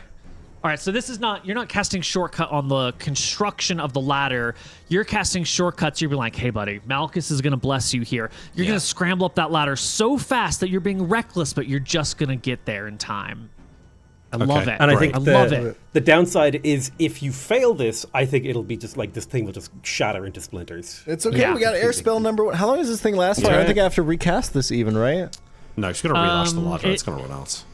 It ends as soon as someone's no longer in free fall, I think. Oh, okay. Well, I'm gonna get ready to cast air spell number 1 again. Okay, and then Cedric, you bless me as well. So I've got the +1 Yeah, I'll and the hit you with the advantage from the bless. shortcuts. Yeah. Okay. Watch How out. could it possibly go wrong this time? He's going to get 2 2d20. 3s. He's going to get... Let's go. Double 11s. It's a 12. It's probably not high enough. Double 11s. That's not bad. The ladder holds. Yahtzee. It does bend. It does creak, but you scamper up past the weak point because it's held at the top and it's held at the bottom. It's that middle point where your weight is evenly distributed where it gets bad. And as you get towards the top, the front ends begin to hold it a little bit more, and you can get into this well area. The well is Fuck only yeah. 5 or 6 feet across. But it still goes straight up, and the ladder doesn't go up the well. The ladder leans against it. I'm going to need you to make me some sort of climbing check or dex check to scramble up the well from here. I think a climbing check is To keep in going. order. Yeah, because now you just have to climb up the rock face, because the ladder doesn't go all the way straight up the well and out the top of it. Now you're just scrambling up Okay. the well from the inside. But it's not like I found a place to rest. The place No. to rest is further up. Okay. No so it's a resting climb check. place. Your default chance for an unskilled climber is 40%. 40% chance. I'm going to say that the surface condition here is very old. The grouting is not there very much. There's some areas that are nice and textured and some areas that are a little bit rounded off. I'll give you a 10% bonus for the condition. And now the other thing is that it's not just a wall. You've got both sides, right? You can left hand, right hand, and sort of scramble That's up. true. So I'll give you a 50% chance to climb the wall, or you can make me a dex check to brace and scramble up, front and back side, whichever you prefer. It's 50% either way. No, wait. I need a 10 to pass the dex check, so actually that's slightly better, isn't it? What's your dex? Yeah, because you have 11. 20. Then yeah, 55% chance to dex it. I would It's all argue right. that shortcuts is still in effect because it was to climb Nope. faster and I'm Single still action. climbing. What's It was up single the dice roll. ladder. It was the It's ladder. fine. Our ladder is still alive. If you fail, we can send a Someone else. There you go. Okay, D20 plus 11, and I'm looking just for a 10. Fuck's sake. What's the point of me playing this game? Actually ridiculous, man. I don't know. I don't know how you do. Like, this is not your fault. He actually rolls right? bad. It's not my fault. I've not done anything to deserve this. You I must deserve have a lot a in my life, really but it's not this. good life in order to be suffering so badly True. here. That's how I comfort myself. Yeah, I know. You're so unlucky, man. This is what you I get for that. sigh. and Did I you take fall? All of my equipment. Wait, Yeah. isn't he in the room? He's climbing up through the well to get to the room beyond, and then it just slips. They just slip and fall and tumble, and Elijah, ever present, will float them down to the ground. Elijah should do it. Fuck, I almost had it. Yeah. Elijah, I think if you can get up the ladder, you'll be really good at climbing up that last bit. I only weigh 110 pounds. Oh, I can climb yeah, this ladder. You're pretty. Zephyr you does could only try. weigh 110 pounds. I believe Let's let that she's Zephyr go probably for the next big person boy. to be able to do this the best. Yeah. All I'm right, super Zephyr. light. I take give off Zephyr my everything. rope. I'm in the nip, essentially. I'm in I- just my rags. Zephyr, Just just the so rest. you know, I can no longer cast air spell number 1. You're on your own if you fall. It's fine. I haven't been healed today. Wait. You were, but you'll be all right. You'll be fine. I'll could do a just, guarding him on Zephyr, which We guarantees could, 2 we could extra wait. HP. We could wait 2 hours for Elijah to recover his spell slot. I'm just so Just tired. go. I'm Yeah, just just I'm gonna fucking go. go. Just go. I go. strip off all of my equipment and I'm going essentially with just clothing on. What do you want? I want a D20 to see if the ladder holds. Fuck! The ladder breaks. You fall. I'm lighter than Nick. It should hold. I know, but you rolled poorly, and with the jostling and the weighting and everything, it's an old crumbling ladder that's been lashed together multiple times, and you fall and take 7 points of Are we damage. sure Elijah looks at the broken ladder? 7 minus 2, right? Oh, Sure, because you it'll be had fixed. guarding him. Yeah. As long as they're within your aura. Your aura's radius at your level is twice your willpower. Your willpower willpower is is 13. I'm sorry, it is your 26 willpower. feet? So it's a 13-foot radius. She would leave your area before. I would re-enter it really quickly though. I also could Yeah, just but chant the it on guarding myself. him gets broken. He would have to Yeah, start recasting it while you're it's falling. just a few HP. It's fine. Yeah, Yeah. sorry. Oh. You'll take the 7. There's no way we're just gonna leave this shit, right? We can't leave it. It's not beyond the wit of man for us to get into that fucking hole, surely. I gotta say, at some point, my friends, are we sure that we were blessed by the gods? Are we sure that that's what happened when they came down? Because it feels mighty like we've Maybe been they cursed. damned us. These Okay, trials are meant to test us, surely. So I've How long until you get another feather fall? 2 hours. All right, we've got 2 hours to make this ladder as good as we possibly can. We could maybe... I only looked for about an hour or 2 last night and I found all of these. We could maybe find some more in the town. Yeah, let's look for some more, and this time I'll help. I'll be able to hopefully use my blacksmithing on that.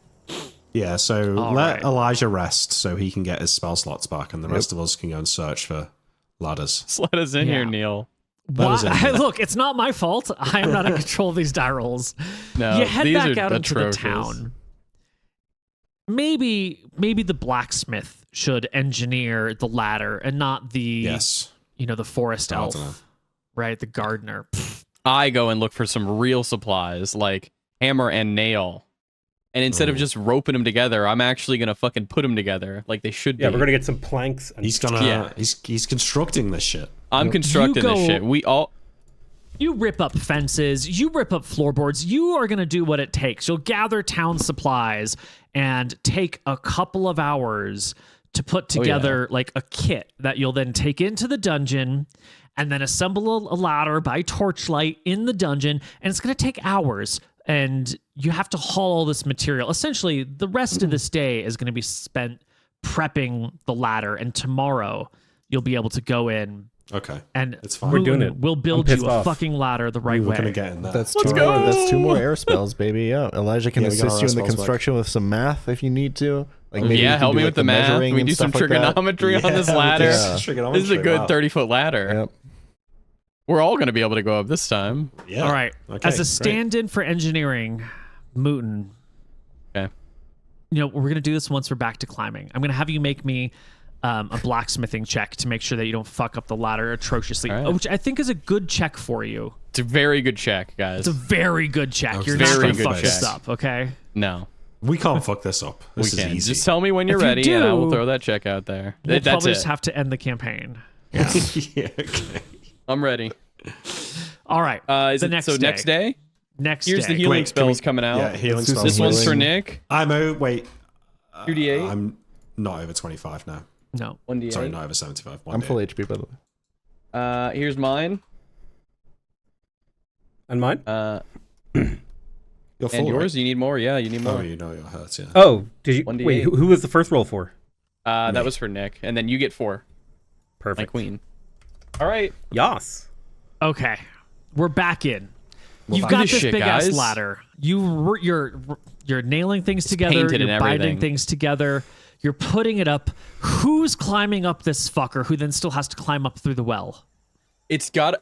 It Now should this be ladder is Elijah. very sturdy, but the looks hardest sturdy part as is going to fuck. be that. I point. So Elijah, you got to climb up there. Why? Sorry, I don't say that. I say, no, I think that's a great idea. Okay. I just wanted to kind of go why because there was the idea yesterday being floated of sending the lightest person up there.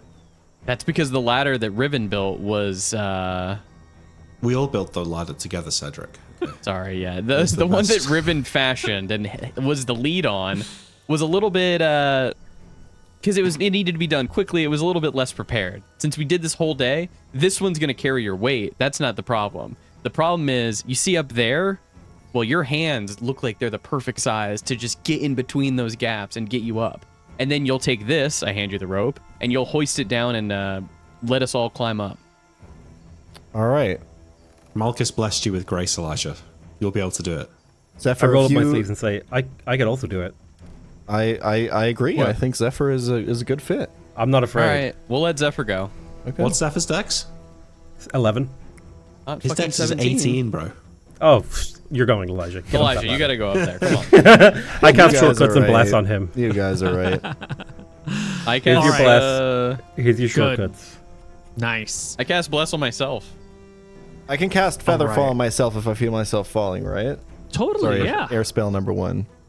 Yeah. Okay, Mr. Mooten, give me that blacksmithing check. That stand-in for engineering, because you don't have your blacksmithing kit, but it's just a fucking ladder, and you're tearing apart a town. 29. Yes, a past check. The a good ladder lad. will hold, no questions asked. Elijah, you climb to the top. Wait. You get to the base of the well. Wait. Before I continue climbing up, as I see that the ladder holds, I look down. You know, guys, I've just been thinking about the leadership structure of this whole group recently. And I really feel like sometimes we maybe need to. I do this with a ladder. Elijah starts scrambling. Keep going. up. All right, Elijah, you've climbed up to this ladder with a torch in your hand. Now you're in a well. No, torch in mouth. You can't carry a torch in your mouth. You're going to burn your face. You're going to have to I think you climb could up do this well, and you're going to need your hands free. So, how are you going to have light at the top of this? What's the plan? Are you dropping the torch and scrambling up in the dark? Are you throwing the torch all the way through, hoping that it doesn't alert anything or anyone on the other side, and then you scramble up after it? Those motherfuckers would have been alerted by our constant sure, trying yeah. to ladder up. Yeah, that's true. I mean, it's throwing it once is better than leaving it down here. Fuck anyone who I might alert. I mean, I think it's gonna be fine. Like, I'd rather alert them now. Yeah. That's it. Throw it. You chuck the torch up the well. It tumbles eventually off to the side, landing safely out of view, creating a very, very dim glow in the realm beyond. And up the well you go. Give me that dex check, baby. It's so free. Look how it's done. Oh! We did it.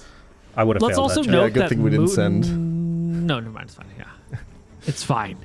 You didn't even have to scramble use up. shortcuts.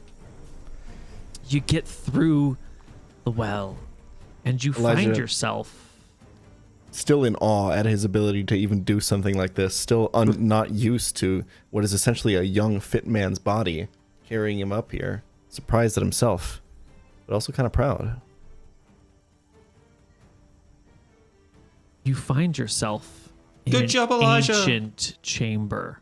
A chamber that probably has not seen light for 1,000 years, or maybe 2,000 years, or maybe 3,000 Shit. years. There It appears to be some looks- kind of ancient chamber. Throw down the rope. With your torchlight, you can see there is a stone staircase built into the wall that spirals up to the floor above. There is detritus on the ground, broken pottery, old, what looks like they were probably crates that have just like decayed into little bits of dust, and the occasional section of wood that's still somewhat intact. There's like fragile little bits of rolled up paper underneath some of these broken areas or in some of these still intact vases. And when you go to like touch one of these pieces of paper, it just crumbles underneath your fingers. And then there's this well. It looks exactly like a well. It even's got the little spots on either side where there would be a little frame that would go over it, where you could have a pulley system, but that framing thing is just rotted away. But you have the slots in the stone well where you would put the pillars. And there's stairs. There's stairs that go up to the next level. Throw us the rope. Tie Yeah, it to so something. I just wanted to initiate another conversation. It just seems like that when I, go ahead and take charge for the party, it seems like good things happen. So I just wanted from Zephyr some quick reassurance that maybe for future party endeavors, in terms of decision making and power structure, maybe I could be a little bit more involved and on a similar level. Not same level, obviously, but just consulted and a little bit, more so. What do you think, Zephyr? I think that this really isn't the time. But I appreciate where you're coming from. I just don't think now is the time that we should talk about this. Oh no, absolutely, I agree. I say as I start mutter prepping under the my rope breath. and all that. This fucking guy. The enthusiasm's cute, though, don't you think? But Just Listen. trying to steal my job. Elijah, you're a valued member of this team. Aww. We care deeply about you. Not too long ago, you were a stranger to us. Do we not treat you like you're one of our own? oh, absolutely. No, I always, and he's still like kind of prepping the rope, but he's like firmly holding it in his hand, not really making any efforts to drop it down. Absolutely no, and I feel extremely valued in this environment, and I think everyone's done a great job of working together. I just, wanted to make sure that we could lock in maybe a time, sometime in the future, maybe lock in a date and time when we could have a conversation about said leadership structure. Absolutely. I am the overseer. Am I the overseer?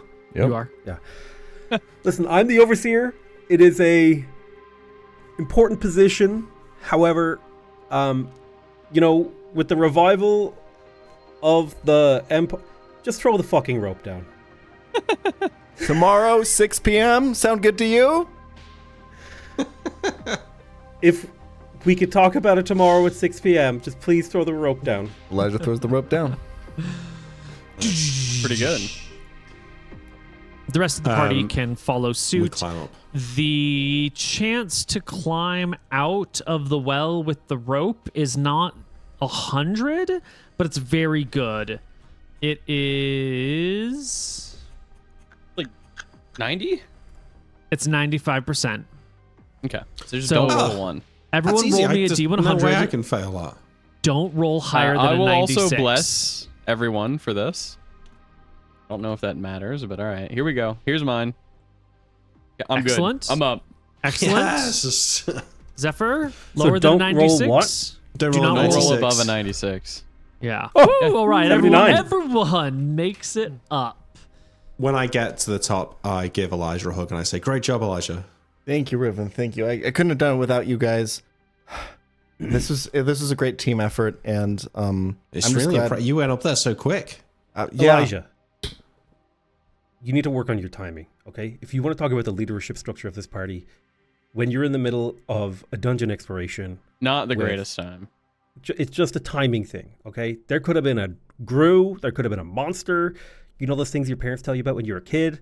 Could have been up there. And while you're there yappering away, it could have got you from behind and killed you, okay? and this is Next time, just throw the exactly. rope down. And no, I agree. Thank you for giving me that feedback. By the way, I do really appreciate it. And I will work on that. And this is exactly why I wanted to have this kind of conversation, because I feel like sometimes there is some confusion going on about the leadership structure. And when I'm all the way at the top, I'm scanning everything and making sure everything's safe. And you guys are down there and don't know, because everyone's just looking at Zephyr to be the leader. They're not really trusting me to do the right job up there. So I'm just saying we should have a conversation tomorrow 6 p.m. like you locked in.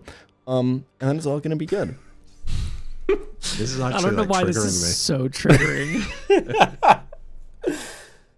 I rub my temples and don't respond. Just total inability to comprehend the fucking audacity of this human being. I take my torch, Neil, and I look around the walls of this place. Am I seeing murals or what? I try and take it in. What is this place? The walls are bare and empty. It looks like a well, and it looks like there's storage here. There's like vases and crumbling crates, and crumbling barrels. The vases are mostly intact. There are a few that are broken.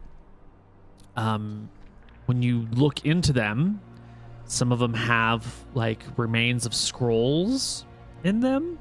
Others just have dust and not much else. Based on the size of the storage chamber here, I imagine that this is quite a large building at once upon a time. That housed many people. Yeah. This area down here is maybe 30 feet across, which isn't a huge area. But, basement levels don't necessarily mirror levels above. Yeah, okay. All right, well, I guess we get ready to go up the stairs. Let's keep going. Yeah. I light my torch. Keep it on, moving on. This time, I'm going to have 2 torches in my hands. Based. Well, you go up the stairs and you arrive at what ought to be the ground floor of this tower. You can tell because there are windows here that have metal bars that go across them. But on the outside of the window, there's not but like earth and rock. There's a large doorway here with stone doors and like a bar that fits across them, and a staircase that continues to go up.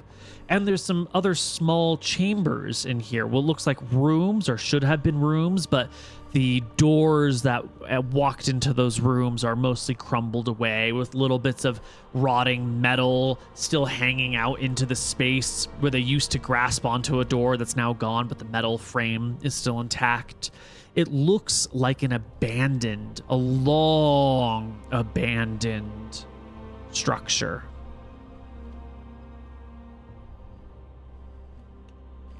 This could be something from the Farron Empire. This could be. This is it.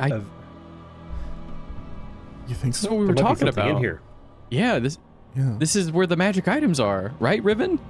Yeah, this has to be it, surely. Or at the very least, we might find ancient records that will The tell us of prophecy's other true. places. It revealed itself when the time was right, and it's us. We're the chosen ones. You're right. It is true. We're not cursed Let's, after all. Let's begin searching. Yeah. No time like the present. Well, Any chance we could sneak in a quick break? I've had to pee for like 15 minutes. Yeah. let's Do do a it. little breaky. All right. BRB. Let's do it. So, everyone, we're in this structure. There's decaying doors. There's that big stone door. There's a staircase that continues to go up. It's no longer wrapping around the edge, but it's sort of centrally positioned and switching back and forth, going straight up. Windows with naught but earth and rock beyond them, barred from the inside, arrow looped to begin with to make it difficult to crawl through. Shall we try the double doors on this level? I guess it will just open into dirt, but might as well make sure. I'm exploring everything. Hell yeah. Yeah. I'm opening doors. I'm looking out windows. I'm opening chests, tables, whatever's around. You only need to get within, view sight of the full doors for Cedric to tell you that the hinges on these doors will need a lot of maintenance and care for them to open again. Like they are eroded into immobility. Are they made of wood? The hinges are made out of brass, No, the doors. stone. Fuck. I'll burn them out. Doesn't someone have like a move stone spell? Look at what I have. Could we chisel away the hinges, tie a rope around the handle, and pop the door out? Not with the supplies you have on hand, I don't think. I don't think anyone has a chisel. I guess if you wanted to break everything in your path, you might be able to. It's a large set of double doors. You need to bring another ladder with you to get to the upper set of hinges. But with sufficient time and effort, I'm sure you could destroy this passageway. I got a pickaxe. Yeah. You want to start Could we pick hacking our way apart through at the the doors? hinges here? Could we pick a hole through the door to see what's on the other side? Maybe. Given sufficient time, it just depends on the strength of the stone and the strength of the wielder of the pickaxe. Is that what you want to do right now? Does anyone have a spell that can move stone or no? No. No. Nope. Pichot? No? Okay. Sorry, I thought someone had that. Let's explore the rest of the tower. I've used like every single one of my utility spells today. I think I'm... You're cooked for a little bit. Let's explore, I guess. I can just start writing down notes for this tower. Okay, hold on. All right. So there's a lot to explore here. I don't want to take it like single room by single room because that might take forever. I want to know how it is that you approach searching this tower, and then I'll make some die rolls to see if and when you're surprised by something or hit a trap, or I'll determine how things go. I think we're being pretty thorough. I'm being extremely thorough, but not like it doesn't feel trapped, so I'm not being ultimately very careful, but I'm being thorough. Okay. Yeah, I'm not being like the most careful man in the world, but I am trying to search shit. So Okay, I some would shit like could get destroyed. everybody in the party to make me an intelligence check. 31. Sick. Classic. Okay. 15 What for is, Ribbon. what is actually going on? 21 Jesus from Potato. Christ. That's like your Rolled fourth a 3 7. today out of 4 rolls, Nick. Yeah, you just need to invert it, man. You need to go minus 13. That's or what I whatever, said. I'm shocked. It's actually beyond a joke at this point. No, your receipt's actually fucked, man. Well, according to that one guy in the subreddit, actually, if you think about it, if you think about how many sessions we've played total, and you average that out total, and how many other people have played sessions over the course of all of D&D, it's actually inevitable that at some point somebody must roll this low. True. Why not me? So, you're going to explore this tower. 1, 2, 3.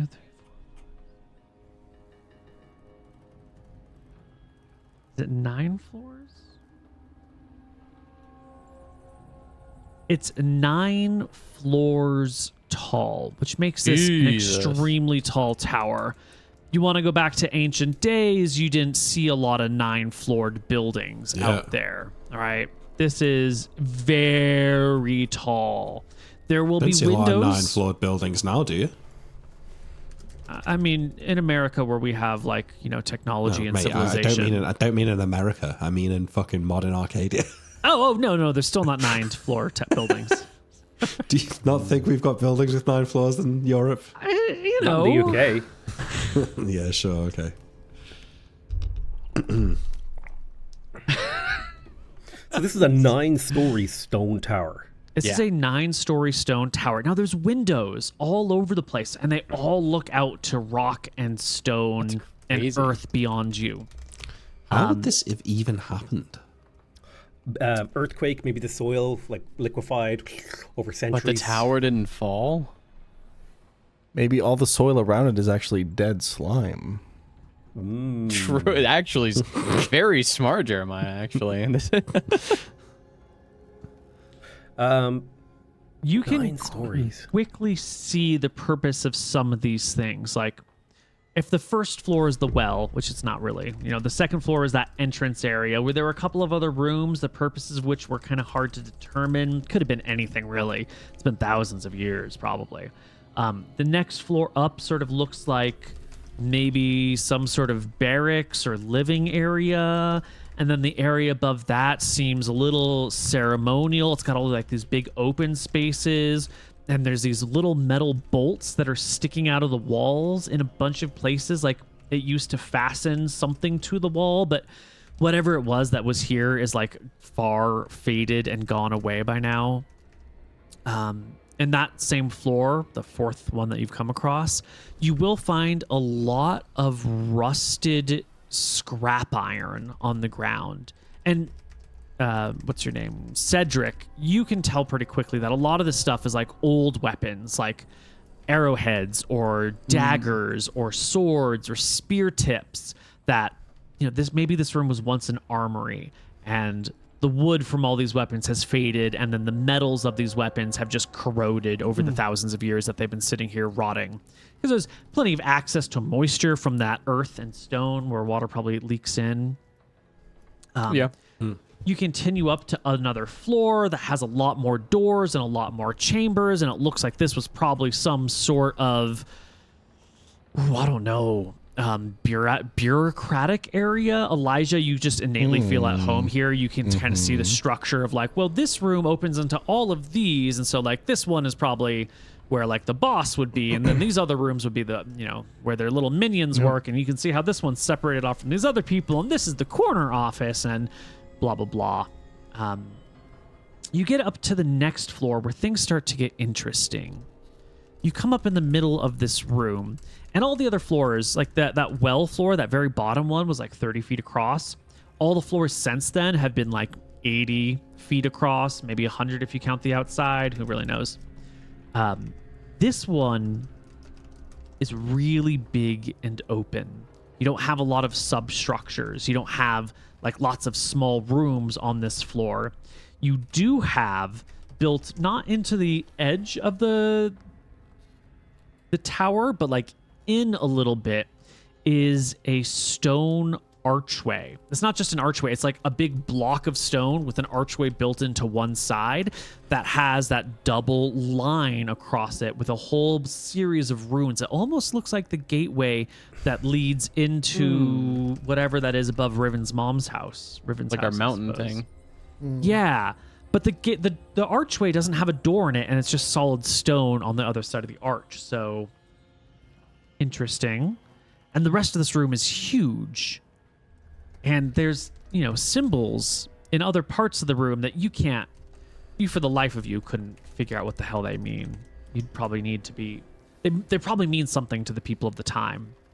And then as you get up higher, you find that instead of windows, you've got these like really big archways with brass gates on them that lead out. Like this isn't a windows that look out into the world, but these are walkways or portals, or maybe there used to be balconies, but they're sort of big and open, and then they lead to like large chambers on the inside that are connected by a passageway that runs down the middle with little tiny slots that go back and forth. It's all very confusing. With give your you a 31. history? Oh. History? History ancient check. Yeah. 21.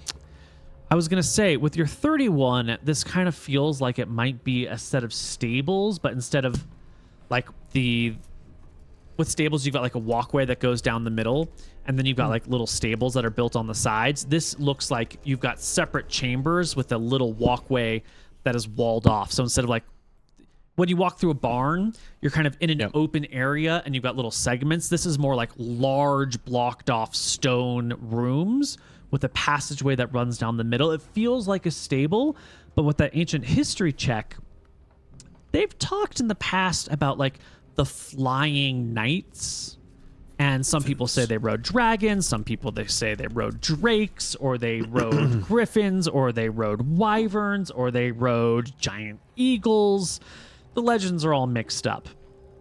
This might have been some sort of griffin aviary, or like a drake aviary, or like a little mini dragon.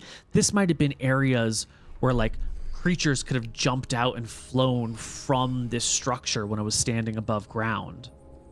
And you go up another floor, and this last one's kind of hard to figure out, and there's a staircase that looks like it would lead to the top of the tower, but it's just earth and stone at the top of the staircase.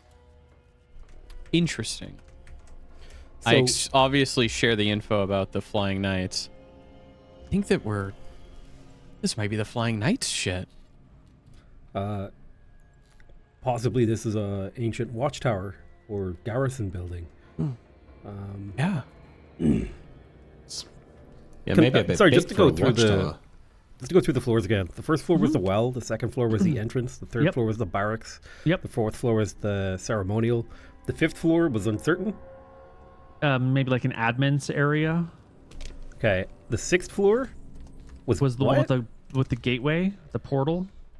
Gotcha. And then the seventh floor. Was the stables. Gotcha. Okay. I'm I sorry. mixed Was some stuff actually up. the seventh floor was unclear what that was. The eighth floor is the stables, and then the ninth floor, precedes the. It also has an unclear function. Okay. I just took a few little notes so that if we ever Yep. need to reference it. Good notes. Guys. And we will. Okay.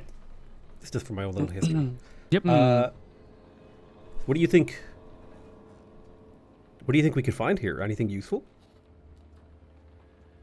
Well, that archway seems to be the most interesting to me, Yeah. given how it pertains to what's back on Oknara. The Is there a way archway and you then could that possibly- doored room. Which floor was that on? What, the Zephyr? double Archway doors? was on the. No, the one that was like stone that we couldn't get in. Was that the second floor? I think it was on the second floor, just above the Well, wall. the ground floor, yeah. It's probably just the entrance, right? It'll probably, if we get that door away, it probably just leads to dirt. Probably. Which oh, that's interesting, yeah. So that's the ground floor. What else did we think the ground floor was? There was other perfunctory rooms. I don't think that's the right Got word. it. There were other rooms that you couldn't tell their original purpose. They might have been, multi-purpose, or who knows. I would assume whoever would lead this place would be on the highest floor. So if we haven't gone all the way up to the 9th, let's keep going. You've gotten wait. all the way to the top. The very, Stairs very get top stuck. floor was sort of an unclear purpose, and then a stairway leading up to earth and stone. Okay. Okay, sorry, go on. No, that stairway to the outside, is it earth or earth and stone? I've been using earth and stone because some windows are more lead out to more earthen areas, and some lead to more stony areas. The one directly above the stairway has some like large rocks in it, but is primarily like earth with large rocks binding in it amongst it. You get the impression that if you had time and tools, pickaxes, shovels, that sort of thing, you could probably out. start carving it out and dig up, but you're not sure how far above or below the earth you could be. It might just be a few feet, or it could be dozens of feet. It could be days of digging, which Who we're not going knows? to Yeah. I don't think. Yeah. But you do get the impression that you could probably dig up from here, 100%. That's what I was wondering. Yeah. So there's nothing has survived these thousands of years. There's no paper, there's no books, there's no... There are some scrolls that you come across. They're mostly in those jars down on that ground floor, but some of these other rooms do have signs of little bits of something that have survived, but they're so old that as soon as you go to touch it, it just crumbles in your fingers. We would need something to like stabilize them. Yeah, there would need to be some super specialized, probably something magical to hold them in place, and Like certainly nothing I think I've heard of a mundane. de-aging spell before, where you can reverse the age of an object. Yeah. That Yeah. might work as like a stability thing. Or some spell that can make sense of chaotic patterns, or who knows what. But for now, it's beyond your ability to figure out. Okay, I'll take Unless out my I'll take out my notebook and I'll start taking sketches of like all the symbols we find here, and I'll draw kind of a rough like map of like where the symbols were found, what the symbols around the archway are. Just taking notes. Okay. It'll take you like there's a lot to look at here. So before we get too detailed into all these actions, I want a rough idea of how long you want to spend doing all of this. Like you have 25 torches, but they will burn out, especially when What are you're you using trying to? What are you trying to do, Zephyr? I'm taking down all the symbols. I'm writing them down. Like Oh, okay. in particular the archway. Like I'm drawing a sketch of the archway and where all the symbols are and what the symbols are. And then there's like writings on the walls and stuff like that. So I'm writing some of the symbols down because we might be able to consult like a history book or something in a library somewhere and figure out what these mean. Yeah, I'm just taking records. I'm writing. No, them no, down. I think that's good. So I will also want to go to the floor with the archway and the symbols on the wall. So we don't see any murals here now. There's no murals. No murals. If there were any paintings, they have decayed by now. Is there a discernible difference between the script that's written on the walls and the runes that are on the archway? Some of them look very, very similar. They might even be identical. You would have to do like a side-by-side comparison. Well, it's just because I tried to cast Comprehend Languages on the runes above the gateway on Aknara, and it didn't work. That made me think that that's because that's the language of magic. Yeah. But if some of this is not magical writing and it's just the writing of their language from back in the day, then Comprehend Languages would probably work. Yeah. Right. Yeah, you are illiterate though, right? Yeah, that's true, yeah. But Comprehend Languages doesn't require literacy. Well, to understand written words, you must touch the writings. Does not let the caster speak or write the language, only to understand the language. Oh. Translation does not impart knowledge. To understand any language they're in contact in. So I think if you're illiterate, you can't. You wouldn't. It wouldn't teach you to read. No. Right. It doesn't require you to read.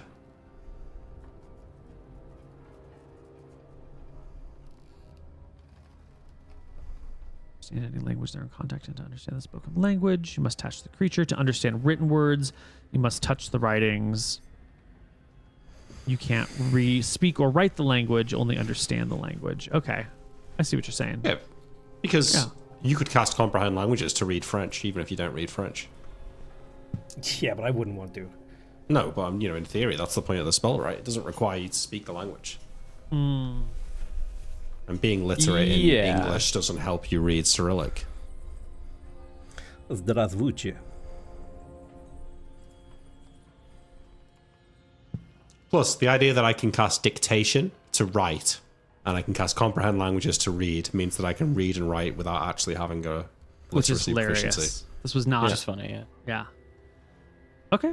You want to cast comprehend languages on some of these markings? Well, I don't want to waste the spell slot, so I think your I'm not gonna analysis is cast it 100% on point. Yeah, okay, so I'm going to try and find... I asked Zephyr, she's the one writing this down, like, what do you think is the best spot to try and read here? If this works, we could spend more time up here and read more of it. It lasts I look around. 5 minutes a level. So actually quite a lot then. Do I see a sort of pattern to these symbols on the walls? Is there a place where there seems to be more than others? No, I've it got doesn't 10 minutes look... actually, Neil. So I can do quite a lot. With 10 minutes, I can put my hand over quite a lot of writing in this room.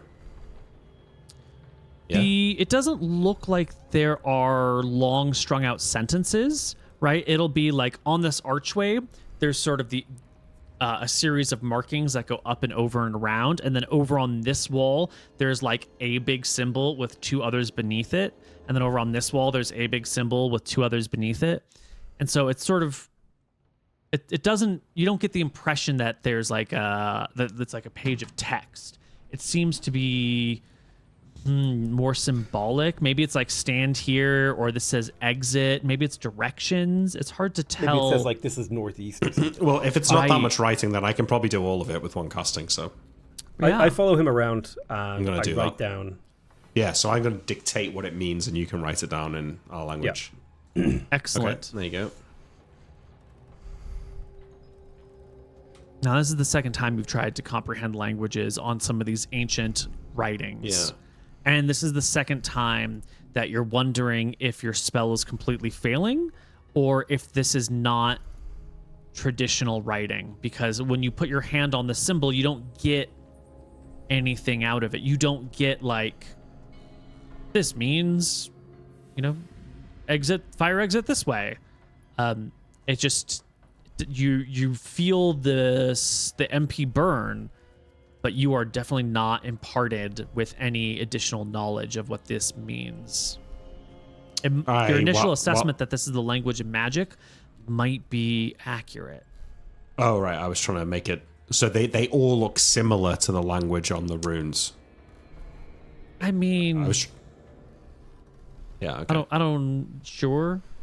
Something looks Cyrillic, something looks Latin, something looks Greek, something looks Can't even read. Japanese. Well, yeah, but It's put just it a this bunch of way: weird fucking- I could tell the difference between something written in English and something written in magic.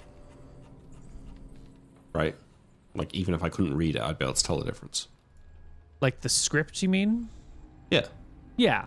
The common tongue that everyone around here speaks has one type of script. These markings don't look like that script. Or, But some all of things the, have a little the bit of... markings share the same similarity to the what I assume was magic on the runes around the archway. I mean, in check.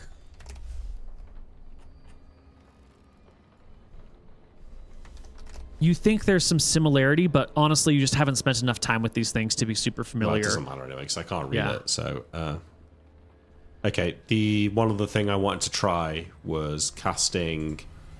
This isn't going to work, but I cast. Sorry, floating disc, and I will sit on it and travel through the archway.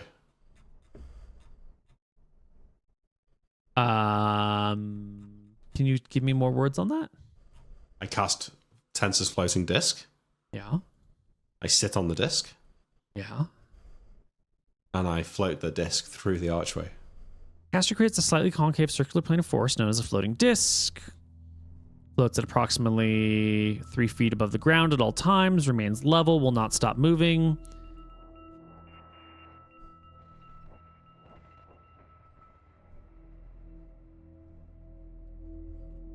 It will not move or stop moving unless acted upon. So, like, you get a disc, you sit on it, and you have someone push you I and get the Cedric disc to into push the me wall. through. Yeah. Yeah, the disc bumps Not into into the wall. not into the wall, through the archway. Is the archway in the wall? Sorry, I thought it was like freestanding in the room. No, there's a block of stone, like as if someone made an 8x8 all the way to the ceiling section of stone in the middle of the room, with one of these walls being having an archway built into it, but the back of the archway is just solid stone. Like as if they never cut out the door bit. Let me see if I can draw us a picture. So there's, making like- an executive decision. You do that. Yeah, so you've got like this block of stone in an otherwise normal room. The ceiling comes up to here or whatever. And there's like an archway built into the side of it. But does that make sense? Like the archway is carved, but it doesn't go all the way through. It's like if the Arc de Triomphe had stone all the way up and down it. How strange.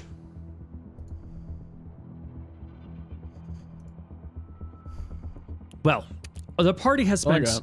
probably the duration of their torches exploring this area and is probably running short on time or on torch power. and might want to leave the cave and all of this before all your lights go out. So we can back out. Day is, drawing late.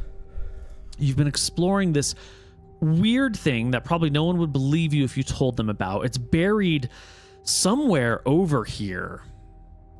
But did you get any answers? Not yet. I'm thinking we might just want to leave this and send some goons to handle this. Because we've cleared it out. Could be game time. Yeah. What's useful is we have found another one of those archways, and now I'm wondering if those archways are teleportation. Yeah, I think so. Something yeah. like this, or if it's some kind of like there's magical probably gateway like enabling. a command word, right, to activate it. Mm-hmm. Yeah, I mean, we don't know It might require magic as well. Like you have to like magically infuse the doorway to activate it. That's what I was trying to do with this floating disc. Well, what now? Back to the next island, I would assume. Back home, send our goons here, and keep going. Wait, I say if we send untrained people here, one, they're going to struggle to get up there, and two, what if the slimes come back? Slimes come back, they would die. I mean, you You're just right. want to come back here in a few levels. We should keep this place in mind. Is there anything worth? Well, we didn't manage to open that door. We could have probably picked our way through it, but it would have taken a long time. Do we want to spend another day and try to pick through that door? We can get through it. I got a pickaxe, I got a crowbar. I mean, I think the crowbar should be able to handle it if we get something to wedge it, and then we pull on it. There's probably It'd be quicker more than we think. More to be gained pushing up at the top level, I think, than trying to go through the stone door. Was in there my anything view. up top? Well, probably a whole other floor, right? It felt like there were stairs going up, but they were blocked. Got to be going somewhere. That Let's go there, I guess. Roof, though, right? Well, we're running. Well, we don't have torches anymore. That's the problem. We have his log of ever burning. I should keep making them. And you can just keep it going forever, I guess. Mm-hmm. And we have Yeah. infravision. Yeah. Okay. Okay. If we want to search it, we can. We can just like mechanically speed it up by just we do the things to search it. We spend time. We can just pass days here as long as you have food and come out for We got a lot of water. rations. Yeah. Let's do it. We can just spend as We've much been time away as we from- want in this. We've been away from the town for a long time. It's only been 2 days, like 2 or 3 has. days from the town. That's not super long. That's a long time to be leaving our people undefended. Yeah, I mean, we could stay another. I'm comfortable staying another day, but I am getting antsy about being here too long. Let's do it like, let's give it like 2 or 3 days. I mean, being gone a week isn't that big of a deal. And we're probably 3 days in now. So if we're gone like another 3 days, it's fine. It's like a 2-hour trip back home. Tell me what you want to do with those multiple days of searching that tower. I agree with Riven that we should go up versus going You want to go to up? the first floor. The first floor is probably, I agree, probably just a doorway to what was the outside. But I think going up would be better. Okay. So you have a pickaxe. You're gonna probably need some baskets to maybe move some dirt, some shovels if you crowbar, can find too. them. It's really going to be a one-man job digging up, and then the people below you will just move earth around. Luckily, that tower that you're in has a lot of free space, so with the other 3 people shuffling dirt away and Cedric Let me just give you a strength digging check. straight, it should be an easy enough thing. 33. Yeah. We'll just spend a day doing this. And by the end of this day, by the end of your digging day, you will pop out on the surface of this island. You're going to pop out somewhere in this little wooded area over here. It's going to be a bitch to climb. We're skipping stuff, right? We're skipping all the rocks that you're pulling out. We're skipping the times that like things begin to cave in and Cedric, braces for it and takes a little bit of damage, then everyone clears it out. We're breaking through when you find, roots and you have to like start carving around the roots or hacking the roots apart with an axe. Maybe it takes 2 days because of all these complications, but eventually you do pop out in the woods above the town. I think we were wrong. I think that they lived in an inverted tower. Is actually my guess now. It makes a lot But more the tower sense was dug down. that the tower was dug down. Yeah. I don't think that at all. But Because these stairs are leading to what? The roof? What would have been the roof? yeah. I'm cool with whatever, yeah. If we want to go back home now, that's fine. If we want to try and bust through that stone door, also cool with that. Whatever. Question, Overseer. Question for you, buddy. You've now Yep. just dug a hole that leads into this tower that anyone who approaches this island and walks around that cliff top is going to find. And you know that people do sometimes search this area for the hidden floating fortress of Ferris. Is it a shit, I didn't think of problem that you now have just put a flag on, like, hey, there's something interesting here? We need to fill the hole in. Fill it in. Yeah, I mean, what? just cover it up. It's not that big of a deal. Well, it's like with nearby Earth, you just make a little dip. No, the earth was dug out from underneath. Yeah, It's all just piled the same- under. It's the same as the door. We just put like a thing over it. It'll be fine. Put a thing But over like, it, it'll be wait. fine. No, because if we dug out, all right, hold on. I'm a drawing. Yeah. Okay, so this is our tower, right? It gets big like this. It's underground, okay? And we dug a little channel up like this, yeah? Yeah. This is our tunnel. Can't we Yeah. just take the dirt that's here and fill this in? Sure, but that means creating a depression, right? Which is Listen, fine. I've been maybe dealing with maybe you don't depression care my if whole there's- life. That's not a problem. Done. Problem solved. Moving on. All right, we head back to Aknara on Saturday, the Wait. 6th of December. Don't we want to check the bottom thing or no? Do we want to check the door? I guess I code. need to I know feel like how it- long it's going to take. My whole thing is, if we're here Hold it. this long, we might as well just completely finish this arc. Just fucking handle the door, Fuck it. and then we'll never come back again. Break until that we door teleport. down. Don't forget the Wacky. underwater maze. Underwater maze too. You're right. Break that door. Do it. You want to break the Uh, door? I break the door. All right. You've got strength, you've got tools, you've got time. MrMouton, I want you to roll me a strength check. Higher roll means less time. We only 28. really need to take 2 out days. one stone. All right, 2 days. That's not bad. You miss the day of tall corn. Wait, no, Rip. we did great thieving on the day of tall corn in our other campaign. That's true. We did. You do indeed break the door off of its hinges after a couple days of hard labor and going back and forth, and Elijah casting ever-burning log. And sure enough, when the door comes tumbling down, there's not but earth and stone behind it. It's just a Figured. buried Yeah. tower. And if you ever fix it, now it's fucking defenseless. Fine. All right. We can put a new door on it. Okay. We have learned a lot, though. We know, because here's what we do know. We know that there is likely to be a lot more of this kind of thing buried around here. And some of them might be more useful than others. So we've also got more symbols. And we can start to cross-reference them with the existing library of symbols that we have. In fact, that's something I'll do when we're traveling back. I'll start looking at the other rubbings and drawings I've taken, and I'll see if, like, the symbols on the two archways, do any of them match? Like, I'm thinking, like, out of character, I'm thinking maybe each, I'm thinking like Stargate, maybe each door has a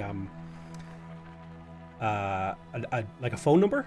You dial it, like, this door is like wind symbol, fire symbol, rock, water droplet, and like that's how you get to that door. But who Yeah. knows? You have accumulated about 50 different runes, symbols, markings. 50. Sheesh.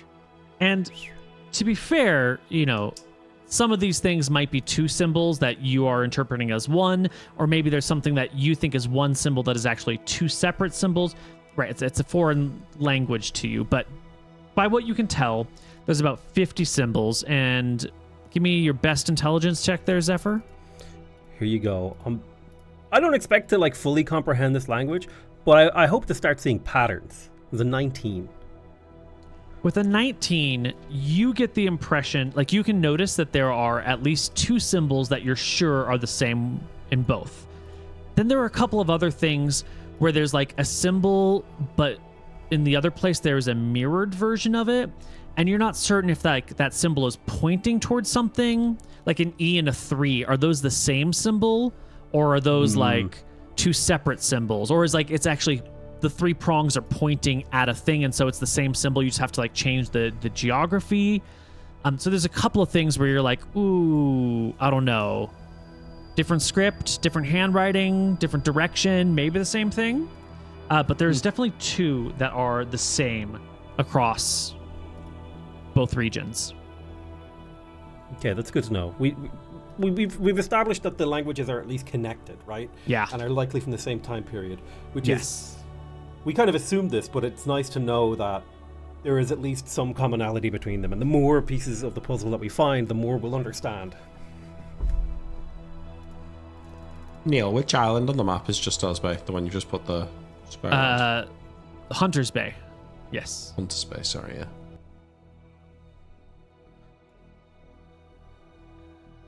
Well, I mean, that's where we are, yeah. December the 8th. We got, dude, the loot. Holy shit, what are we going to do with all this loot, guys? There's so much loot. Well, we I actually don't did even get, know where we to probably, put it. I think I'm encumbered, maybe? Wait, we actually do bring back quite a lot of silver, right? From And the... weapons and armor for the people of the town. Oh, you gathered the weapons and armor of the dead folks that you'd killed. And the money from the treasury in the town. That was already on the ship. Got a chance. You got that already. Oh, it was on the ship, yeah. Yeah, you gave it all to the mayor. We're trying to develop a militia, a well-armed citizen militia who can protect we're gonna have themselves. one. So we are getting a wizard, right? Who, if we're right and this is magic script, should eventually be able to read these runes for us. The mayor's going to come back, hopefully, with info on where to find a wizard, or bring one home, or send one home. Just a heads up, there is 0% chance that a wizard is going to be able to read these runes from a piece of paper. He's going to have to come here. So, Yeah, probably. That's fine. I mean, not a the big thing deal, is, yeah. We're records like this haven't been created in 1,000 years, but we're trying to piece together our heritage. This is our 100%. language. This is our people's. This is our birthright. The people of Aknara and the islands. This is what was taken from us. So I guess we just go to the next island then. Which one? There's a whole lake. Where do you want to go? Well, what do we know about this one? This one, and say this one. Well, I can start giving you information about islands nearby, but maybe if you had like what sort of thing would be useful to know, because you know enough about the local islands that I could tell you, like if you're looking for the island that has the most people on it, I can point you to that island. Or if you're looking for the island that is, really, really tall, or really, really what I think we're just exploring in proximity to Aknara, so that's why I've chose one of those two. Okay, just because they're the closest ones. That's what I think, because we've got nothing else to go on, have we? Well, they are both uninhabited. Let me mark for you the islands that have populations on them. I'm going to mark them with black circles. Okay. And that might be of value to you. I think we should prioritize the islands with population. You think, yeah? They're the most likely to be affected by whatever was causing monsters and stuff. And they're also the most likely places that we can build relationships, recruit alliances, all that sort of stuff. Yeah, and I suppose if there was some sort of ancient building on an island, it's more likely to have still had population today.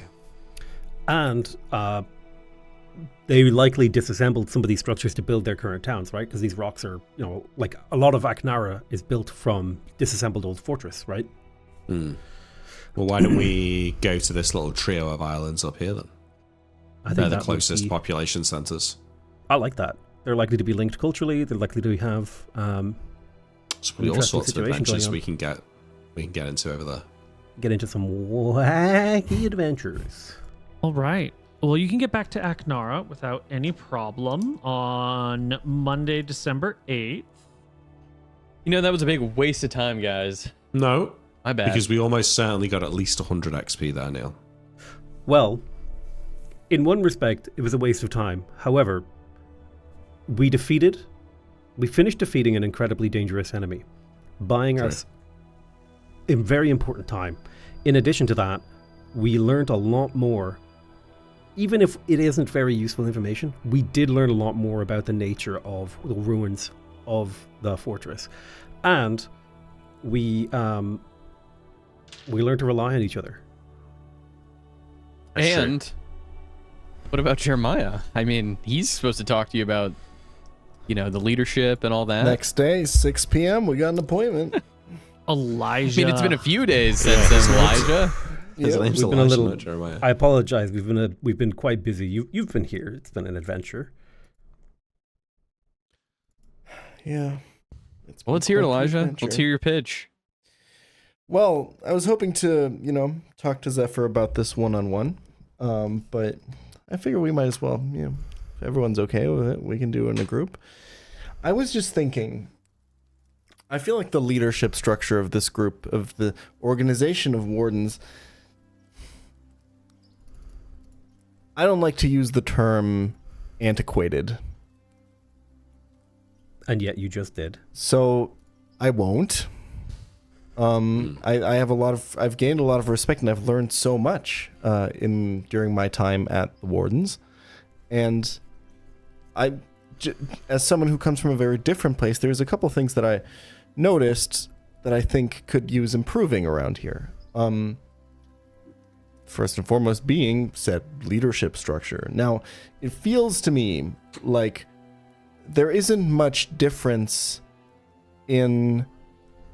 There isn't enough granular distinction in the different roles that we have. It seems like there's you, Zephyr, who is the overseer, who is the leader, who everyone looks up to. And then there's a level below that, which, is us. And then obviously in terms of power and relationship to you, there is other wardens who work here as well. But it seems like, at least in name and on paper, they have the same rank as all of us. And one thing that I have learned, I don't know a lot, but I have learned that ranks and names and rules and regulations, they matter. These things matter a lot when it comes to brass tacks, so everyone knows what's going on when things get dicey. And I just feel like we could maybe add a few steps, a few roles, a few titles, maybe in between the ranks here to make it a little bit more clear of where everyone stands, right? And I feel like I've worked really hard in my time that I've spent with you, and I've accomplished a lot of things, and I think the group everyone has obviously worked really hard and has worked for their titles, but I wanted to suggest maybe a new role to add Middle manager. to the wardens. You're the overseer, obviously. You're at the top of the food chain, so to speak. There's no denying that. But doesn't the overseer also need an assistant? Doesn't the overseer need someone they directly can talk to, who can then talk to, more of the other wardens and redirect and direct kind of your commands? Don't the wardens perhaps need an assistant overseer, Zephyr? Assistant to the overseer. I will sit back and I'll think very carefully about this, and I'll say, well, I think the thing about our organizational structure here, when it comes to Aknara and the Farron Empire, is that we operate a multi-track hierarchical structure where it is actually possible. There's not a whole lot of horizontal advancements. So you can't necessarily go from the overseer track where you're a warden towards the king track or even the archmage track. We mostly operate on a hierarchical thing. It's a relatively flat structure. There's me, the overseer, the highest ranking position, and then there's wardens underneath that. Now, what you want to propose is the creation of a new rank in between there. Perhaps some sort of assistant, vice president, overseer. That seems pretty overseer seems interesting. That's I like the ring of that as well. Yeah, that's just a suggestion.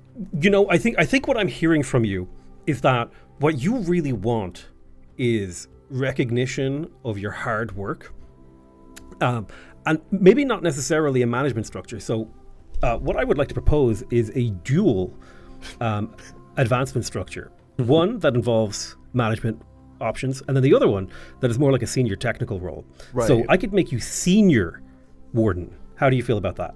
Senior warden. And in terms of future,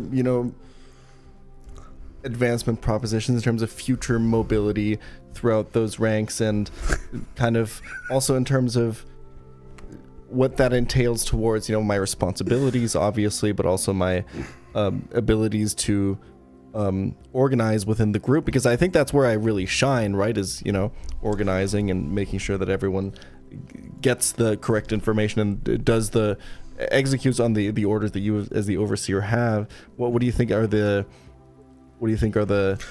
consequences that would have on like my day-to-day? Well, I think senior warden wouldn't necessarily come with any managerial responsibilities, as it's not necessarily within the command structure of the wardens as an organization. However, it would be possible for you to horizontally transfer into a management role if that was something that you wanted to do down the line. However, the organization at this time, I don't necessarily think we need a another management position. I'm not sure if I can get the budget from the mayor to, rubber stamp that. I raise my hand. Zephyr. Yes. What? Will you be holding open applications for the position of senior warden? I think senior warden is more of a role that is awarded based on performance, seniority. If you've been performing really well in the organization, I think that's the sort of thing that we can look at, in terms of compensation. You might get more time off, that sort of things. I think there's a lot of different ways that we would look to reward our valued wardens. I raise my hand again. Okay. Yeah. Zephyr, it kind of sounds like maybe you're thinking of giving this to Elijah, and I think, honestly, great choice, because I think Elijah's done a really good job. Thank you. I think that I was under the impression that there wasn't really much of a progression route here. So I think that now that I know that there is, maybe I'll try a little bit harder. So can we maybe do like a week before we make the decision? I'd really like a chance to prove myself. I think we would need to consult. I think right now, in reality, I think Elijah is actually more like a junior warden. We've never really had it defined in that way. Because it was more of a thing that was just kind of implicit, right? He was relatively new. I mean, you've only been a warden for how long, Elijah? Like 3-4 weeks? Which I feel like, if I may, speaks to my performance on the job as the one who's been doing it for the least amount of time and coming into a position where, quite frankly, a lot of people have been working for a long time now without a lot of things happening. I think, if anything, this is something to be looked at in a positive light. Absolutely. In no way was I trying to say that you haven't been a valued member of this team and you haven't provided positive contributions. More so, I was just trying to point out that, like, there are other members of the team, like... Do we have to? The thing is so on point, but it's... like Riven here. Riven has been a warden for decades. Thank Riven, you. Riven has been a warden for decades. So, like, Right. if we are going to formalize the sort of implicit nature of like junior, regular, and senior warden, I would be worried about giving you senior warden position. I definitely you could would be give you the junior. upgrade. I definitely could upgrade you to full warden based on your performance. Like, that is for sure. Oh. But it would be difficult. I would find it hard, just imagine my position. If I were to turn to Riven and say, hey, yeah, by the way, I just made that like upshot, swords master into a senior warden. He would feel pretty crappy because he's been in this role for like decades. You know what I mean? You and I think could that's be really maybe important. assistant to the overseer. I think that would actually be a really good role. I think I might give you an extra role. Right. Overseer's assistant. How do you feel about that? Like a overseer's personal aide, or hand of the overseer. And the overseer, that's pretty important. Hand of the Overseer, I think has a good ring to it. I think I can see that. And thank you, by the way, again for hearing me out on this. And I'd feel honored to take such a position. I would obviously take the responsibilities that come with it very seriously.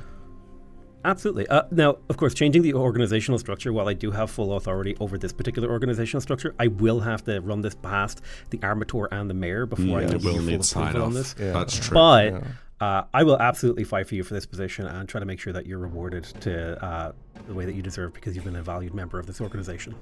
Oh my god, Elijah, that's so good. Congratulations. Thank you. Well, we still have to, make sure that it all goes past. Yeah, but no, but it sounds if it like does, yeah. I do really appreciate it, and Wow. it's very exciting. Wow, you've achieved so much. Right. Yeah. It's In such a These are short exciting time. That's times for amazing. you. Yeah. Yeah, full transparency. Like, I think your ability to integrate into the organization, even though you were like completely, like you were basically serving, the enemy up until a couple of weeks ago, and now you've completely flipped sides, and now you're working with us, and you're like our boy, and you're great with bananas and counting. Like, Yeah. dude, you're killing it That's here true. at Overseer Inc. Well, I think It's this a was a really valued member productive of the meeting. And, It was a meeting. My concerns have been thoroughly addressed. Elijah leans Great. back and puts his feet up and is feeling pretty good about Revels. himself today. Yeah. I think this could have been an email.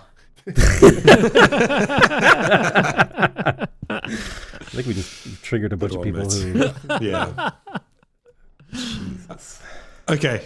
So should we just do 1 or 2 days at home, check everything's going all right, and then head back out onto the open seas? Yeah. I think we should plan our trip, and we should also maybe do a little bit of scouting, in case those summons are still appearing.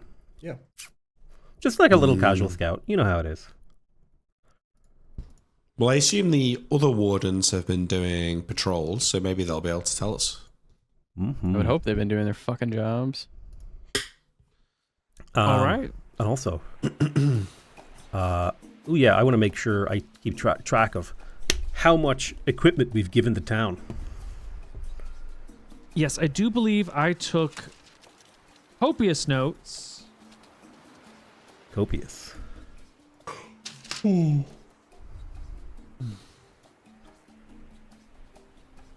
I did not. We can ballpark it. Oh, I'm no, I forgetting. did it. I just took it on a different piece of paper. Okay. I will get us going with a list of gear that we have made for the town. I'll put together like a little town supply inventory character sheet, and that way we can just get like a nice ballpark idea of what town inventory has. Just how many people could be equipped into a militia, just in case the town gets attacked. Yeah. I don't expect them to do great, but people in leather armor with spears are going to do better than people not in leather armor without spears. It's true. True. Can't argue with that. The real big thing is that it's the training to actually stay and fight together and not break and run right away. Because once people are coming at you with weapons, like no one wants to be the first one to step forward and take a risky hit. That's how you get like rookie formations that just break because no one wants to be the first one to risk their life. And that courage is the hardest thing Pussies. to learn. Fucking Yeah. pussies. Well, it's hard when it's your life, when you're a D8 HP NPC who will not get a heal if you go down. It's tough. Yeah, but it's either that or your whole town gets. You Fucked. know, if your town gets fucked but everyone runs away, then you can come back to your town. People have been running from danger for 600,000 years, and it's worked out pretty well. We've done good. They should do it less. I feel like there's quite a lot of survivor's bias in All right, that, party. in Back that to assessment Aknara. A there, couple Neil. days rest, then out to these other islands to go take a look and see if there's any hints or clues over there. Do we want to go to the get other islands, or do Aknara. we want to actually go to like a city like Zabai or Kapan nearby? I think we should do the islands. Why don't these we? 3 islands over here. There's people there. Why don't we do a smidge of experience and hope that? Are you 25 away? 25 away, Yep. so I feel like we should be leveling up. I think you should get that right now. Let's do that. Let's get do it. ourselves some experience because you made an important discovery, everyone. We did. You We made did. a very important discovery. I think the key discovery here, more than anything else almost, is that we now know that stuff could be like totally buried hundreds of feet below the earth. Yes. Right? Like we can't just rely on what we can see. Yeah. Absolutely. Don't disagree. True. That's worth 25 XP. Hit me. Give me these You know new what else is spells. worth 25 XP? Um, Your mom. Nice. My mum's worth more than 25 XP. You wish. 27. I suppose there's like a reduced XP since there's not so much challenge there for you anymore. Oh. You and your mom was never challenging for me. Nice. You got him. Yeah. I did tell her that I play D&D with this slightly awkward American/Canadian guy, so if you ever see him, you know. You fucking jump his Give it bones, up to Mom. him, yeah. Just fucking you. Okay, so for today's session, for the discovery, for digging to the surface, for making the ladder successfully that gets up there, for noting all of the runes and making markings and doing relative comparisons with what you've got. Everyone take home 24 XP. Try If only now. 225 group experience. Ooh. Very nice. 3524. Is next level 10k for me now? I do believe you just follow standard wizard leveling guides Okay. for the sorcerers and standard cleric leveling guides for the clerics. Yes. Yeah, our next level's at 6. You're at 10. Yeah? Okay. Sweet. All right, level 3. Get some three. level 2 spells. Our Okay. MP goes up to what, Neil? 12? Yeah. Let Nice. me open up all my documents. 12 MP? Holy. Yeah, baby, let's go. I'm going to be pissing so much water out of my fucking car. My man. I did think that, like, if we failed to climb up the well, you could have just refilled the cavern with water eventually. Just, like, pissed it full of water until we floated up through the well. Oh, true. That's a It lot is of That would be gallons. such a It's taken a while. Yeah. wizard party trick. Yeah. Cross It- swords and get there all the time. It is 12 MP. I would like my 2 wizards to each take a turn rolling 1d8 for HP. Let's start with Elijah. Elijah, you have 15 cons, so please roll me a 1d8 plus 8 for hit points, Elijah Evans. D8 plus 8? D8 plus 1.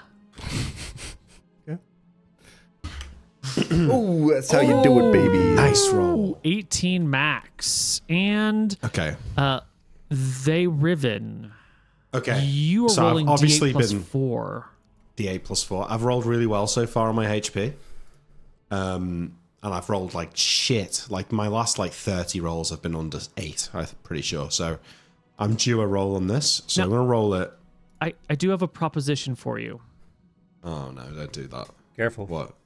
I know Invert it, how you yeah. like to invert these numbers. We could roll you 9 minus 1d8 if we want to like flip the HP roll. If you think you're going to roll a low number, you can roll 9 minus d8 plus your 4. True. Nah, that's fucked. I'm not doing that. Okay. D8 plus 4. I will settle for no less than a 5. Let's go. Good thing you didn't take yes. Neil's deal. Holy shit. 12 Yeah. total. 34 HP. More Holy HP fuck. than all other characters you've ever played put together. I'm not apart And from you're Imric, complaining but about yeah. rolls, huh? Yeah, well, I'll hand it to you that this is the one that matters the most, so That's absurd. I'll take that. Let's go. Okay, I'm invincible. Warrior wizard. Warrior wizard, yeah. Okay, now I just need to get some combat spells, and I might actually be useful. Now, at With a lot third of HP. level and all other... at third level, a sorcerer gains 1 spell from every focus, plus an additional spell of your choice. These are learned automatically, but there are no additional learning rolls. So, I will assign you each a spell from a focus, and then you can pick 1 spell from all your, of the ones that you have seen that you can learn. And then at even levels, actually the levels between spell levels, You get to roll for anything you want, and then at odd levels, okay. whenever you get a new spell level, you're just guaranteed Oh, that's one quite spell good. So across the board. that kind of evens out the power progression a little bit better. Yeah. Yeah, I like that. That's nice. I'm going to just do a little bit of spell looking to determine what spells you want. Everyone take a quick break. I'll be back in just a moment. All right. Starting with Pichal. Here, this little document that I'm giving you and might be showing up on screen at this very moment is your list of spells. And highlighted are the ones that you've learned. So, Yes. from your first bucket, you've learned Insatiable Thirst, but you've also seen that Message leads to Whispering Wind. In your see. second bucket, your Featherfall goes to Ride the Wind, which you've learned automatically. Yes. Your third bucket, Burning Spray, goes to Flame Blade, which you've learned, but I also like goes to that. Produce Flame, which is unlearned. And Create Water goes to Produce Flame, Maximum's Earthen Grasp, and Watery Fist. And Wall of Fog goes to Stinking Cloud. Nice. Stinking Cloud's really good. Your A lot of good last spells though. bucket, both Fire Burst and Log of Everburning, which you've learned, but you didn't know Fire Burst, leads you to Pyrotechnics, and Fist of Stone, which you know leads you to Soften Earth and Stone, and you have automatically learned Pyrotechnics. Now, of all the spells that you see before you that don't have a green underline on them, you can learn any one of them. Your To clarify choice. Fire Burst is not green underline, but you said that I've learned it. I think you said I'm trying to find pyrotechnics. Pyro. You've learned Pyrotechnics, but not Fire Burst. Gotcha. Fire Burst is a first level spell. Pyrotechnics is a second level spell that you haven't learned yet. Okay. I mean, a lot of good ones here.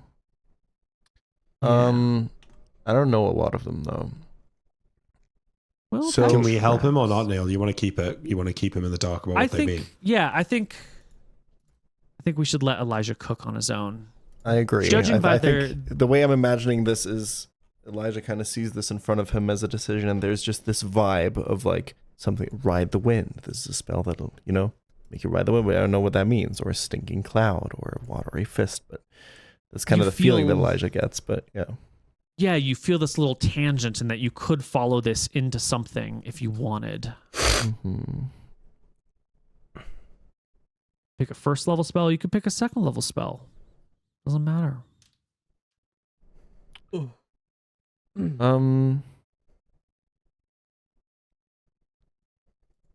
Give me Maximilian's Earthen Grasp. Good decision. Right. I think the fact that it Maximilian. has Something you can grasp. The fact that it has a name attached to it speaks to Elijah. It's a feeling of like authority and someone to look up to. All right. I will put all of these in your spellbook as soon as I can. On to Riven. You also, I've sent you a little document. It has a lot. Because you have higher volume of spells, let's say. You in your first bucket, your first path, your first form, your alarm and hold portal spells, but you didn't learn hold portal, leads you to soundproof. Shield. No, sorry, those are all first level spells. Blah blah blah. Your second level spell in your first bucket is just protection from paralysis, which comes from protection from evil and protection from vermin. And you've learned protection from evil, so you get protection from paralysis. So wait, sorry. On that, does that mean that then there's no more level 2? There's no more higher level spells connected to soundproof, glancing blow, or gaze reflection? Like they're dead ends. It might mean I have to double check because that seems a little bit off. Something is fucked. I mean, maybe they skip a level. I don't know. No, I think earlier I was working. Hold on, let me double check this thing way over here. Yeah. No, that's correct. Yes. Soundproof, glancing blow, and gaze reflection do not lead to any second level spells. Could they potentially lead to a third level spell? I don't see why not. Okay, so protection from paralysis. that is the one that you've learned. Yes. There was an error that I need to fix right now before it becomes a huge problem. There we go. Okay, in your second bucket. Oh my god, I fucked it again. Oh my god, I'm so sorry. I'm so sorry, everyone. Okay, here we go. You're right. In we're your probably second skipping this bucket, anyway. there are 3 new second level spells. Is that right? I only see 1. 1. 2. 2. Scare. 2, and yes. I can't. Tasha's. Tasha's is just such a long name that I thought it was 2 spells. Scare and Tasha's Uncontrollable Hideous Laughter. Lovely spells right there. Everyone loves them. You have automatically learned Scare, but Charm Person leads to Tasha's Uncontrollable Hideous Laughter. Who knows if Detect Magic and Comprehend Languages lead to other... Well, clearly they don't lead to second level spells, otherwise you'd have them. In your third bucket, Separate leads to Shadow Snap. Wizard Mark leads to Attune, and you've learned Attune. In your fourth bucket, Shocking Grasp and Cantrip lead to Melf's Acid Arrow. Dictation leads to Blind. Tensor's Floating Disc and Unseen Servant lead to Ball of Force, and Unseen Servant leads to Conjure Simple Object. You have learned Melf's Acid Arrow. I hope there's something on screen making this sensible for everyone. Otherwise, this is just incomprehensible spell learning. Nice. Okay, and I can pick one of these then. Pick any spell that you can read on your screen and learn it. Just considering. And next level, I'll get to roll on anything that I have revealed. Correct. So you could make the argument that picking a first level spell here would potentially unlock more second level spells for me to roll on at next level. Yes. But you don't really know. You kind of have to follow your gut. But yes. Yeah, well, so my thinking is that maybe jump would lead to levitate at second level. And that could be a good angle to go down because I think levitate would be useful. Melf's Acid Arrow is already probably the best second level combat spell. So that's, which isn't saying much, but it's something. So I think usually I would pick Ball of Force here, but I maybe don't need that because I don't really know what Ball of Force is. Yeah. But I think that's a custom Neil combat spell, which means it's probably not underpowered. That's my gut feeling. Shadow Snap. I know what that is. I don't think it's so useful. Tasha's is a 5th edition spell. It probably only works against humanoids. Bind. It's probably to bind paper since it comes from dictation. So that's not going to be useful. Conjure Simple Object could be good, but, meh. So, but Jump and Reveal Doors both are useful and could lead to something better. Well, I'm going to ignore all of that and go for Ball of Force. Ball of Force it is. Yeah. Okay. And regardless of what is happening on the tech side, by the time we come around to this game, this mini game again, I will have a better interface so this isn't so messy. I will tell you that Ball of Force does lead also to Bind. They are connected. Okay. I don't know if that means anything to you, but I'm reading Ball of Force now, and it's actually not what I thought, so it's quite cool, actually. You might have a variant of Ball of Force. I have customized a lot of little spells for you here and there, so let me drop them into your...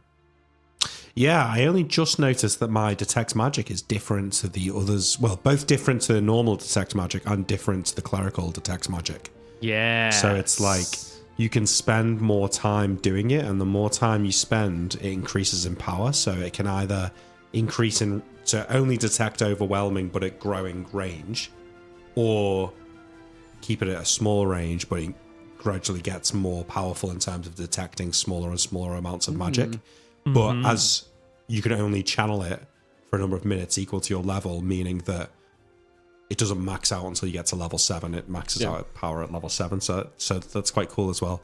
I like spells that get more powerful as you level up. They're usually the best ones at high levels. Like, obviously, Magic Missile is the number 1 for that, but Fireball too. Wait, where am I looking at these? Spell Sork Elementalist. Here's just the linky link. Right, so you have Flame Blade, which you've learned as a extension of learning your Burning Spray, which will bring a red hot fire to spring forth from your hand. This blade-like ray is wielded as if it were a scimitar. In melee combat, it does d4 plus 4 damage. Oh, this is perfect for him. Yep. Sure. If And you have level any questions 2 about spells, these, level 2 spells cost how much MP? 6. Gotcha. Okay. And our clerics did not level today. No, sir. That's fine. Our party will get back to Aknara. You have a couple days here to rest. Now, Day of Tall Corn was yesterday. That's the symbolic day of harvest. And it usually takes many days to harvest, but that's when it really kicks off. So when you get back to Aknara, it is all hands on board. Everybody's in the harvest. Even the people who aren't farmers come out during harvest time to lend a hand for a little bit of money to help, pull the things out that need to be pulled out, to start storing the stashes of wheat and grain and all the foods that you're going to need to survive through the winter. And the whole town is busy. People are up before dawn and they're out until after dark trying to work by what little moonlight they can in order to, make it through the cold, hard winter. As you arrive in town on your little rowboat, because I think you have a rowboat that you row back and forth, that's what you see. People in the fields, people working their asses off. You can hear the rhythmic songs of people that they sing while they work to kind of keep pace with one another and keep everyone on task and keep everyone focused and keep everyone communally bound to the same project. Ain't no one in town got any time for your shenanigans or your nonsense. This is the make food so we don't die over the next 3 months. It's the most important thing you're going to do all year, or they're going to do all year. Normally, you would be involved in these things, but now you're big, magically empowered wizards and clerics and sorcerers. And are you going to put down your mantle of combat and leadership and go help people in the fields for a week or two? Or are what you're doing more important? Who are we now? I would make the argument to the party that we've lost a lot of able-bodied people and we haven't lost that many mouths to feed. And so we probably should help out in the fields as much as we can. In particular, Cedric, you are quite the strong man. You can carry a lot. We can bless people. We can do all sorts of stuff to increase skill checks. We could make this one of the best harvests ever. Yeah, I can. Isn't that just a waste of our time? I can make sure to make sure that all the numbers are in order, right? Make sure that everything's going where it needs to be, and double and triple check and do all the counting and do the math, and also a little bit of the organizing and delegating and stuff like that. I think I'll be of good use there. Cedric, do you I'd think love to help helping with the the harvest. survival of our town is a waste of time? These are our I mean, people. don't we have better shit to do than sitting here for fucking 2 weeks digging? That seems like the dumbest thing we could do. I'm gonna be honest. What could be more important than making sure the people that we exist to protect are fed? Is this not the best use of our time? I pick up a shovel and I go dig. Well, what would you propose we do instead, Cedric? Go adventure to the next island? What do you think, Riven? I think the islands will still be there in 2 weeks, and what's the point of doing everything we're doing if everyone starves to death? Plus, you know me, I've got green fingers. I'd love to get involved in the harvest. Well, as the hand of the overseer, to be potentially, hopefully, I think Cedric does have a point. I don't know how much of a difference 4 extra people in the fields or organizing or whatever. Not that we can't make a difference. I think we do. But I think our skills of delegation and organizing people are strong enough that we can put our skills elsewhere where they might be more valuable, because there is still a lot of weird things going on, and there's still a lot of potentially magic powerful items out there that, if found, could help our people much more than a few days of work in a field. You make a good point. I'll compromise with you, Cedric. How about this? We will spend 2 days helping out with the first couple of days of harvest, just to make sure things go smoothly, while we plan an excursion to a nearby island. Because we're going to need a better ship, probably, a bigger boat, supplies. It'll take us a couple of days to get all that together. And what's wrong with doing a bit of field work? It'll help with the morale of the town. It'll make them remember that we are not just random gods walking around among them, that we are their protectors, their saviors. Are you going to do some Their field work too? Absolutely. Okay. We might do a couple hours here or there. I got a lot of planning to do. There's some records I'd like to go over with numbers from, other cities around and other islands and stuff like that to prepare for travels. And then also, there's conversations and to be had and all that. And we might also want to try out some of our new abilities as well. So a few days here are probably going to be of value for our expedition as well. And How do you guys feel about 2 days resting, preparing, and helping out with the harvest?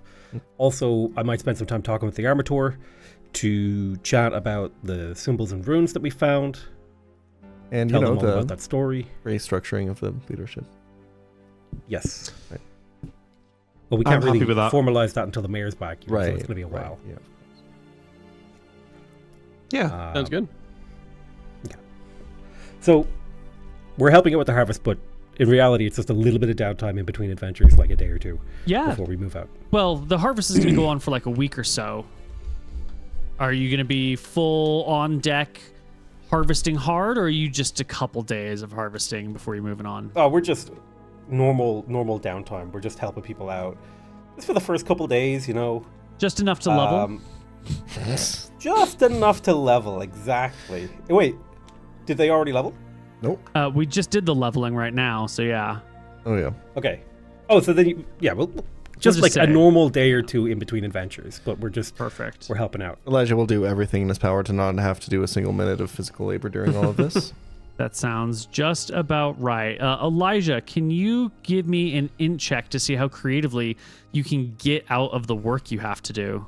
Oh, absolutely. This is one of his easier tasks, He's done this so many times. Someone comes saying, "Hey, we need help organizing this," and you're like, "Oh man, I'm actually working on something for those other people over there. Come back in an hour and I'll see if I can help you." And repeat ad infinitum while you hold your book in front of you, but zone out. Yep. That's exactly what Cedric's going to put his heart and soul into it, Koibu, giving his all, working till the last breath, and I also healing give my all. people if they're, hurt or tired. I don't know if magical healing helps with tiredness. Not with tiredness, but inevitably small injuries will occur. Tiny little splinters here or whatever there, and you can help manage those little wounds. And Riven, this is you've got a green thumb. You're here for this. Yep, I'm in my element. While all of this is going down, there are some things that are planted not necessarily right close to town. And Riven, you're out helping with some of these things that are further out in the woods. Some of these, like, this thing is ripening at this time, but it's wildly grown. Let's go harvest it. You go back and cross that section of Aknara where you had done that weird little test that wasn't really working out. Way back over here on this corner. Remember there were those plants? What was it called? The Crimson something or other? I remember. I feel like you're going to trigger the others by bringing this back up, but...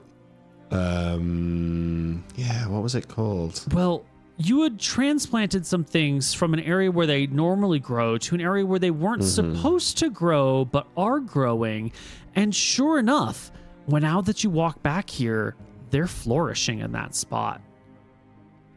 And you made like a nice little big chunk of ground, and they're actually only flourishing in a tiny little section of that big chunk of ground that you dug up. Like a little... Okay, so remind me what we did here. These are taken from the stream where they should be growing, and they've been planted in a wide area on the up. Yeah, they sort of need hill, to. yeah. Their roots need to be submerged in water, essentially, in lots of moisture, and so they only grow in river beds or creek beds right alongside of them. And there's a section on a little bit of a rise, high enough up that they shouldn't grow, but there was one or two growing there. And so you transplanted a whole bunch, kind of in a grid, to this other area. That's right. To see if they would Yeah. take. And most of them have died, but there's like a line that is still working. A line that runs roughly north-south, not exactly north-south. It's a little, northeast, little northwest/southeast. It runs kind of Okay. I take the time like here that. to take a few more from the riverbed and plant them either side of the part that's survived to extend the line a little bit, just to confirm Oh shit, is that a ley line? that it is the ley line, yeah. Oh, huge. There would be a magical structure on that ley line to absorb the... Oh yeah, probably, right? Yeah, good point. So yeah, I want to confirm, Neil, if I plant maybe a few feet worth of plants, I should be able to determine if the line is perfectly straight Right. or if it's curving, and that will help us track it. All right. We'll come back in a few more weeks, see if they've Yeah. taken or not. I will also actually, in my increased spell ability here, I will try, once I finish planting them, casting Detect Magic for 3 rounds at this point, and focusing on increasing the strength of the Detect Magic in a smaller area to see if I can detect the ley line in any way, or even just, I kind of think that as a first generation magic user, I might be able to maybe feel the ley lines, so to speak. So now that when I know where it is, I want to see if I can maybe detect its existence. Either through the spell or just through Yeah. concentration. Detect magic doesn't seem to be revealing any magic when you're standing around on the surface.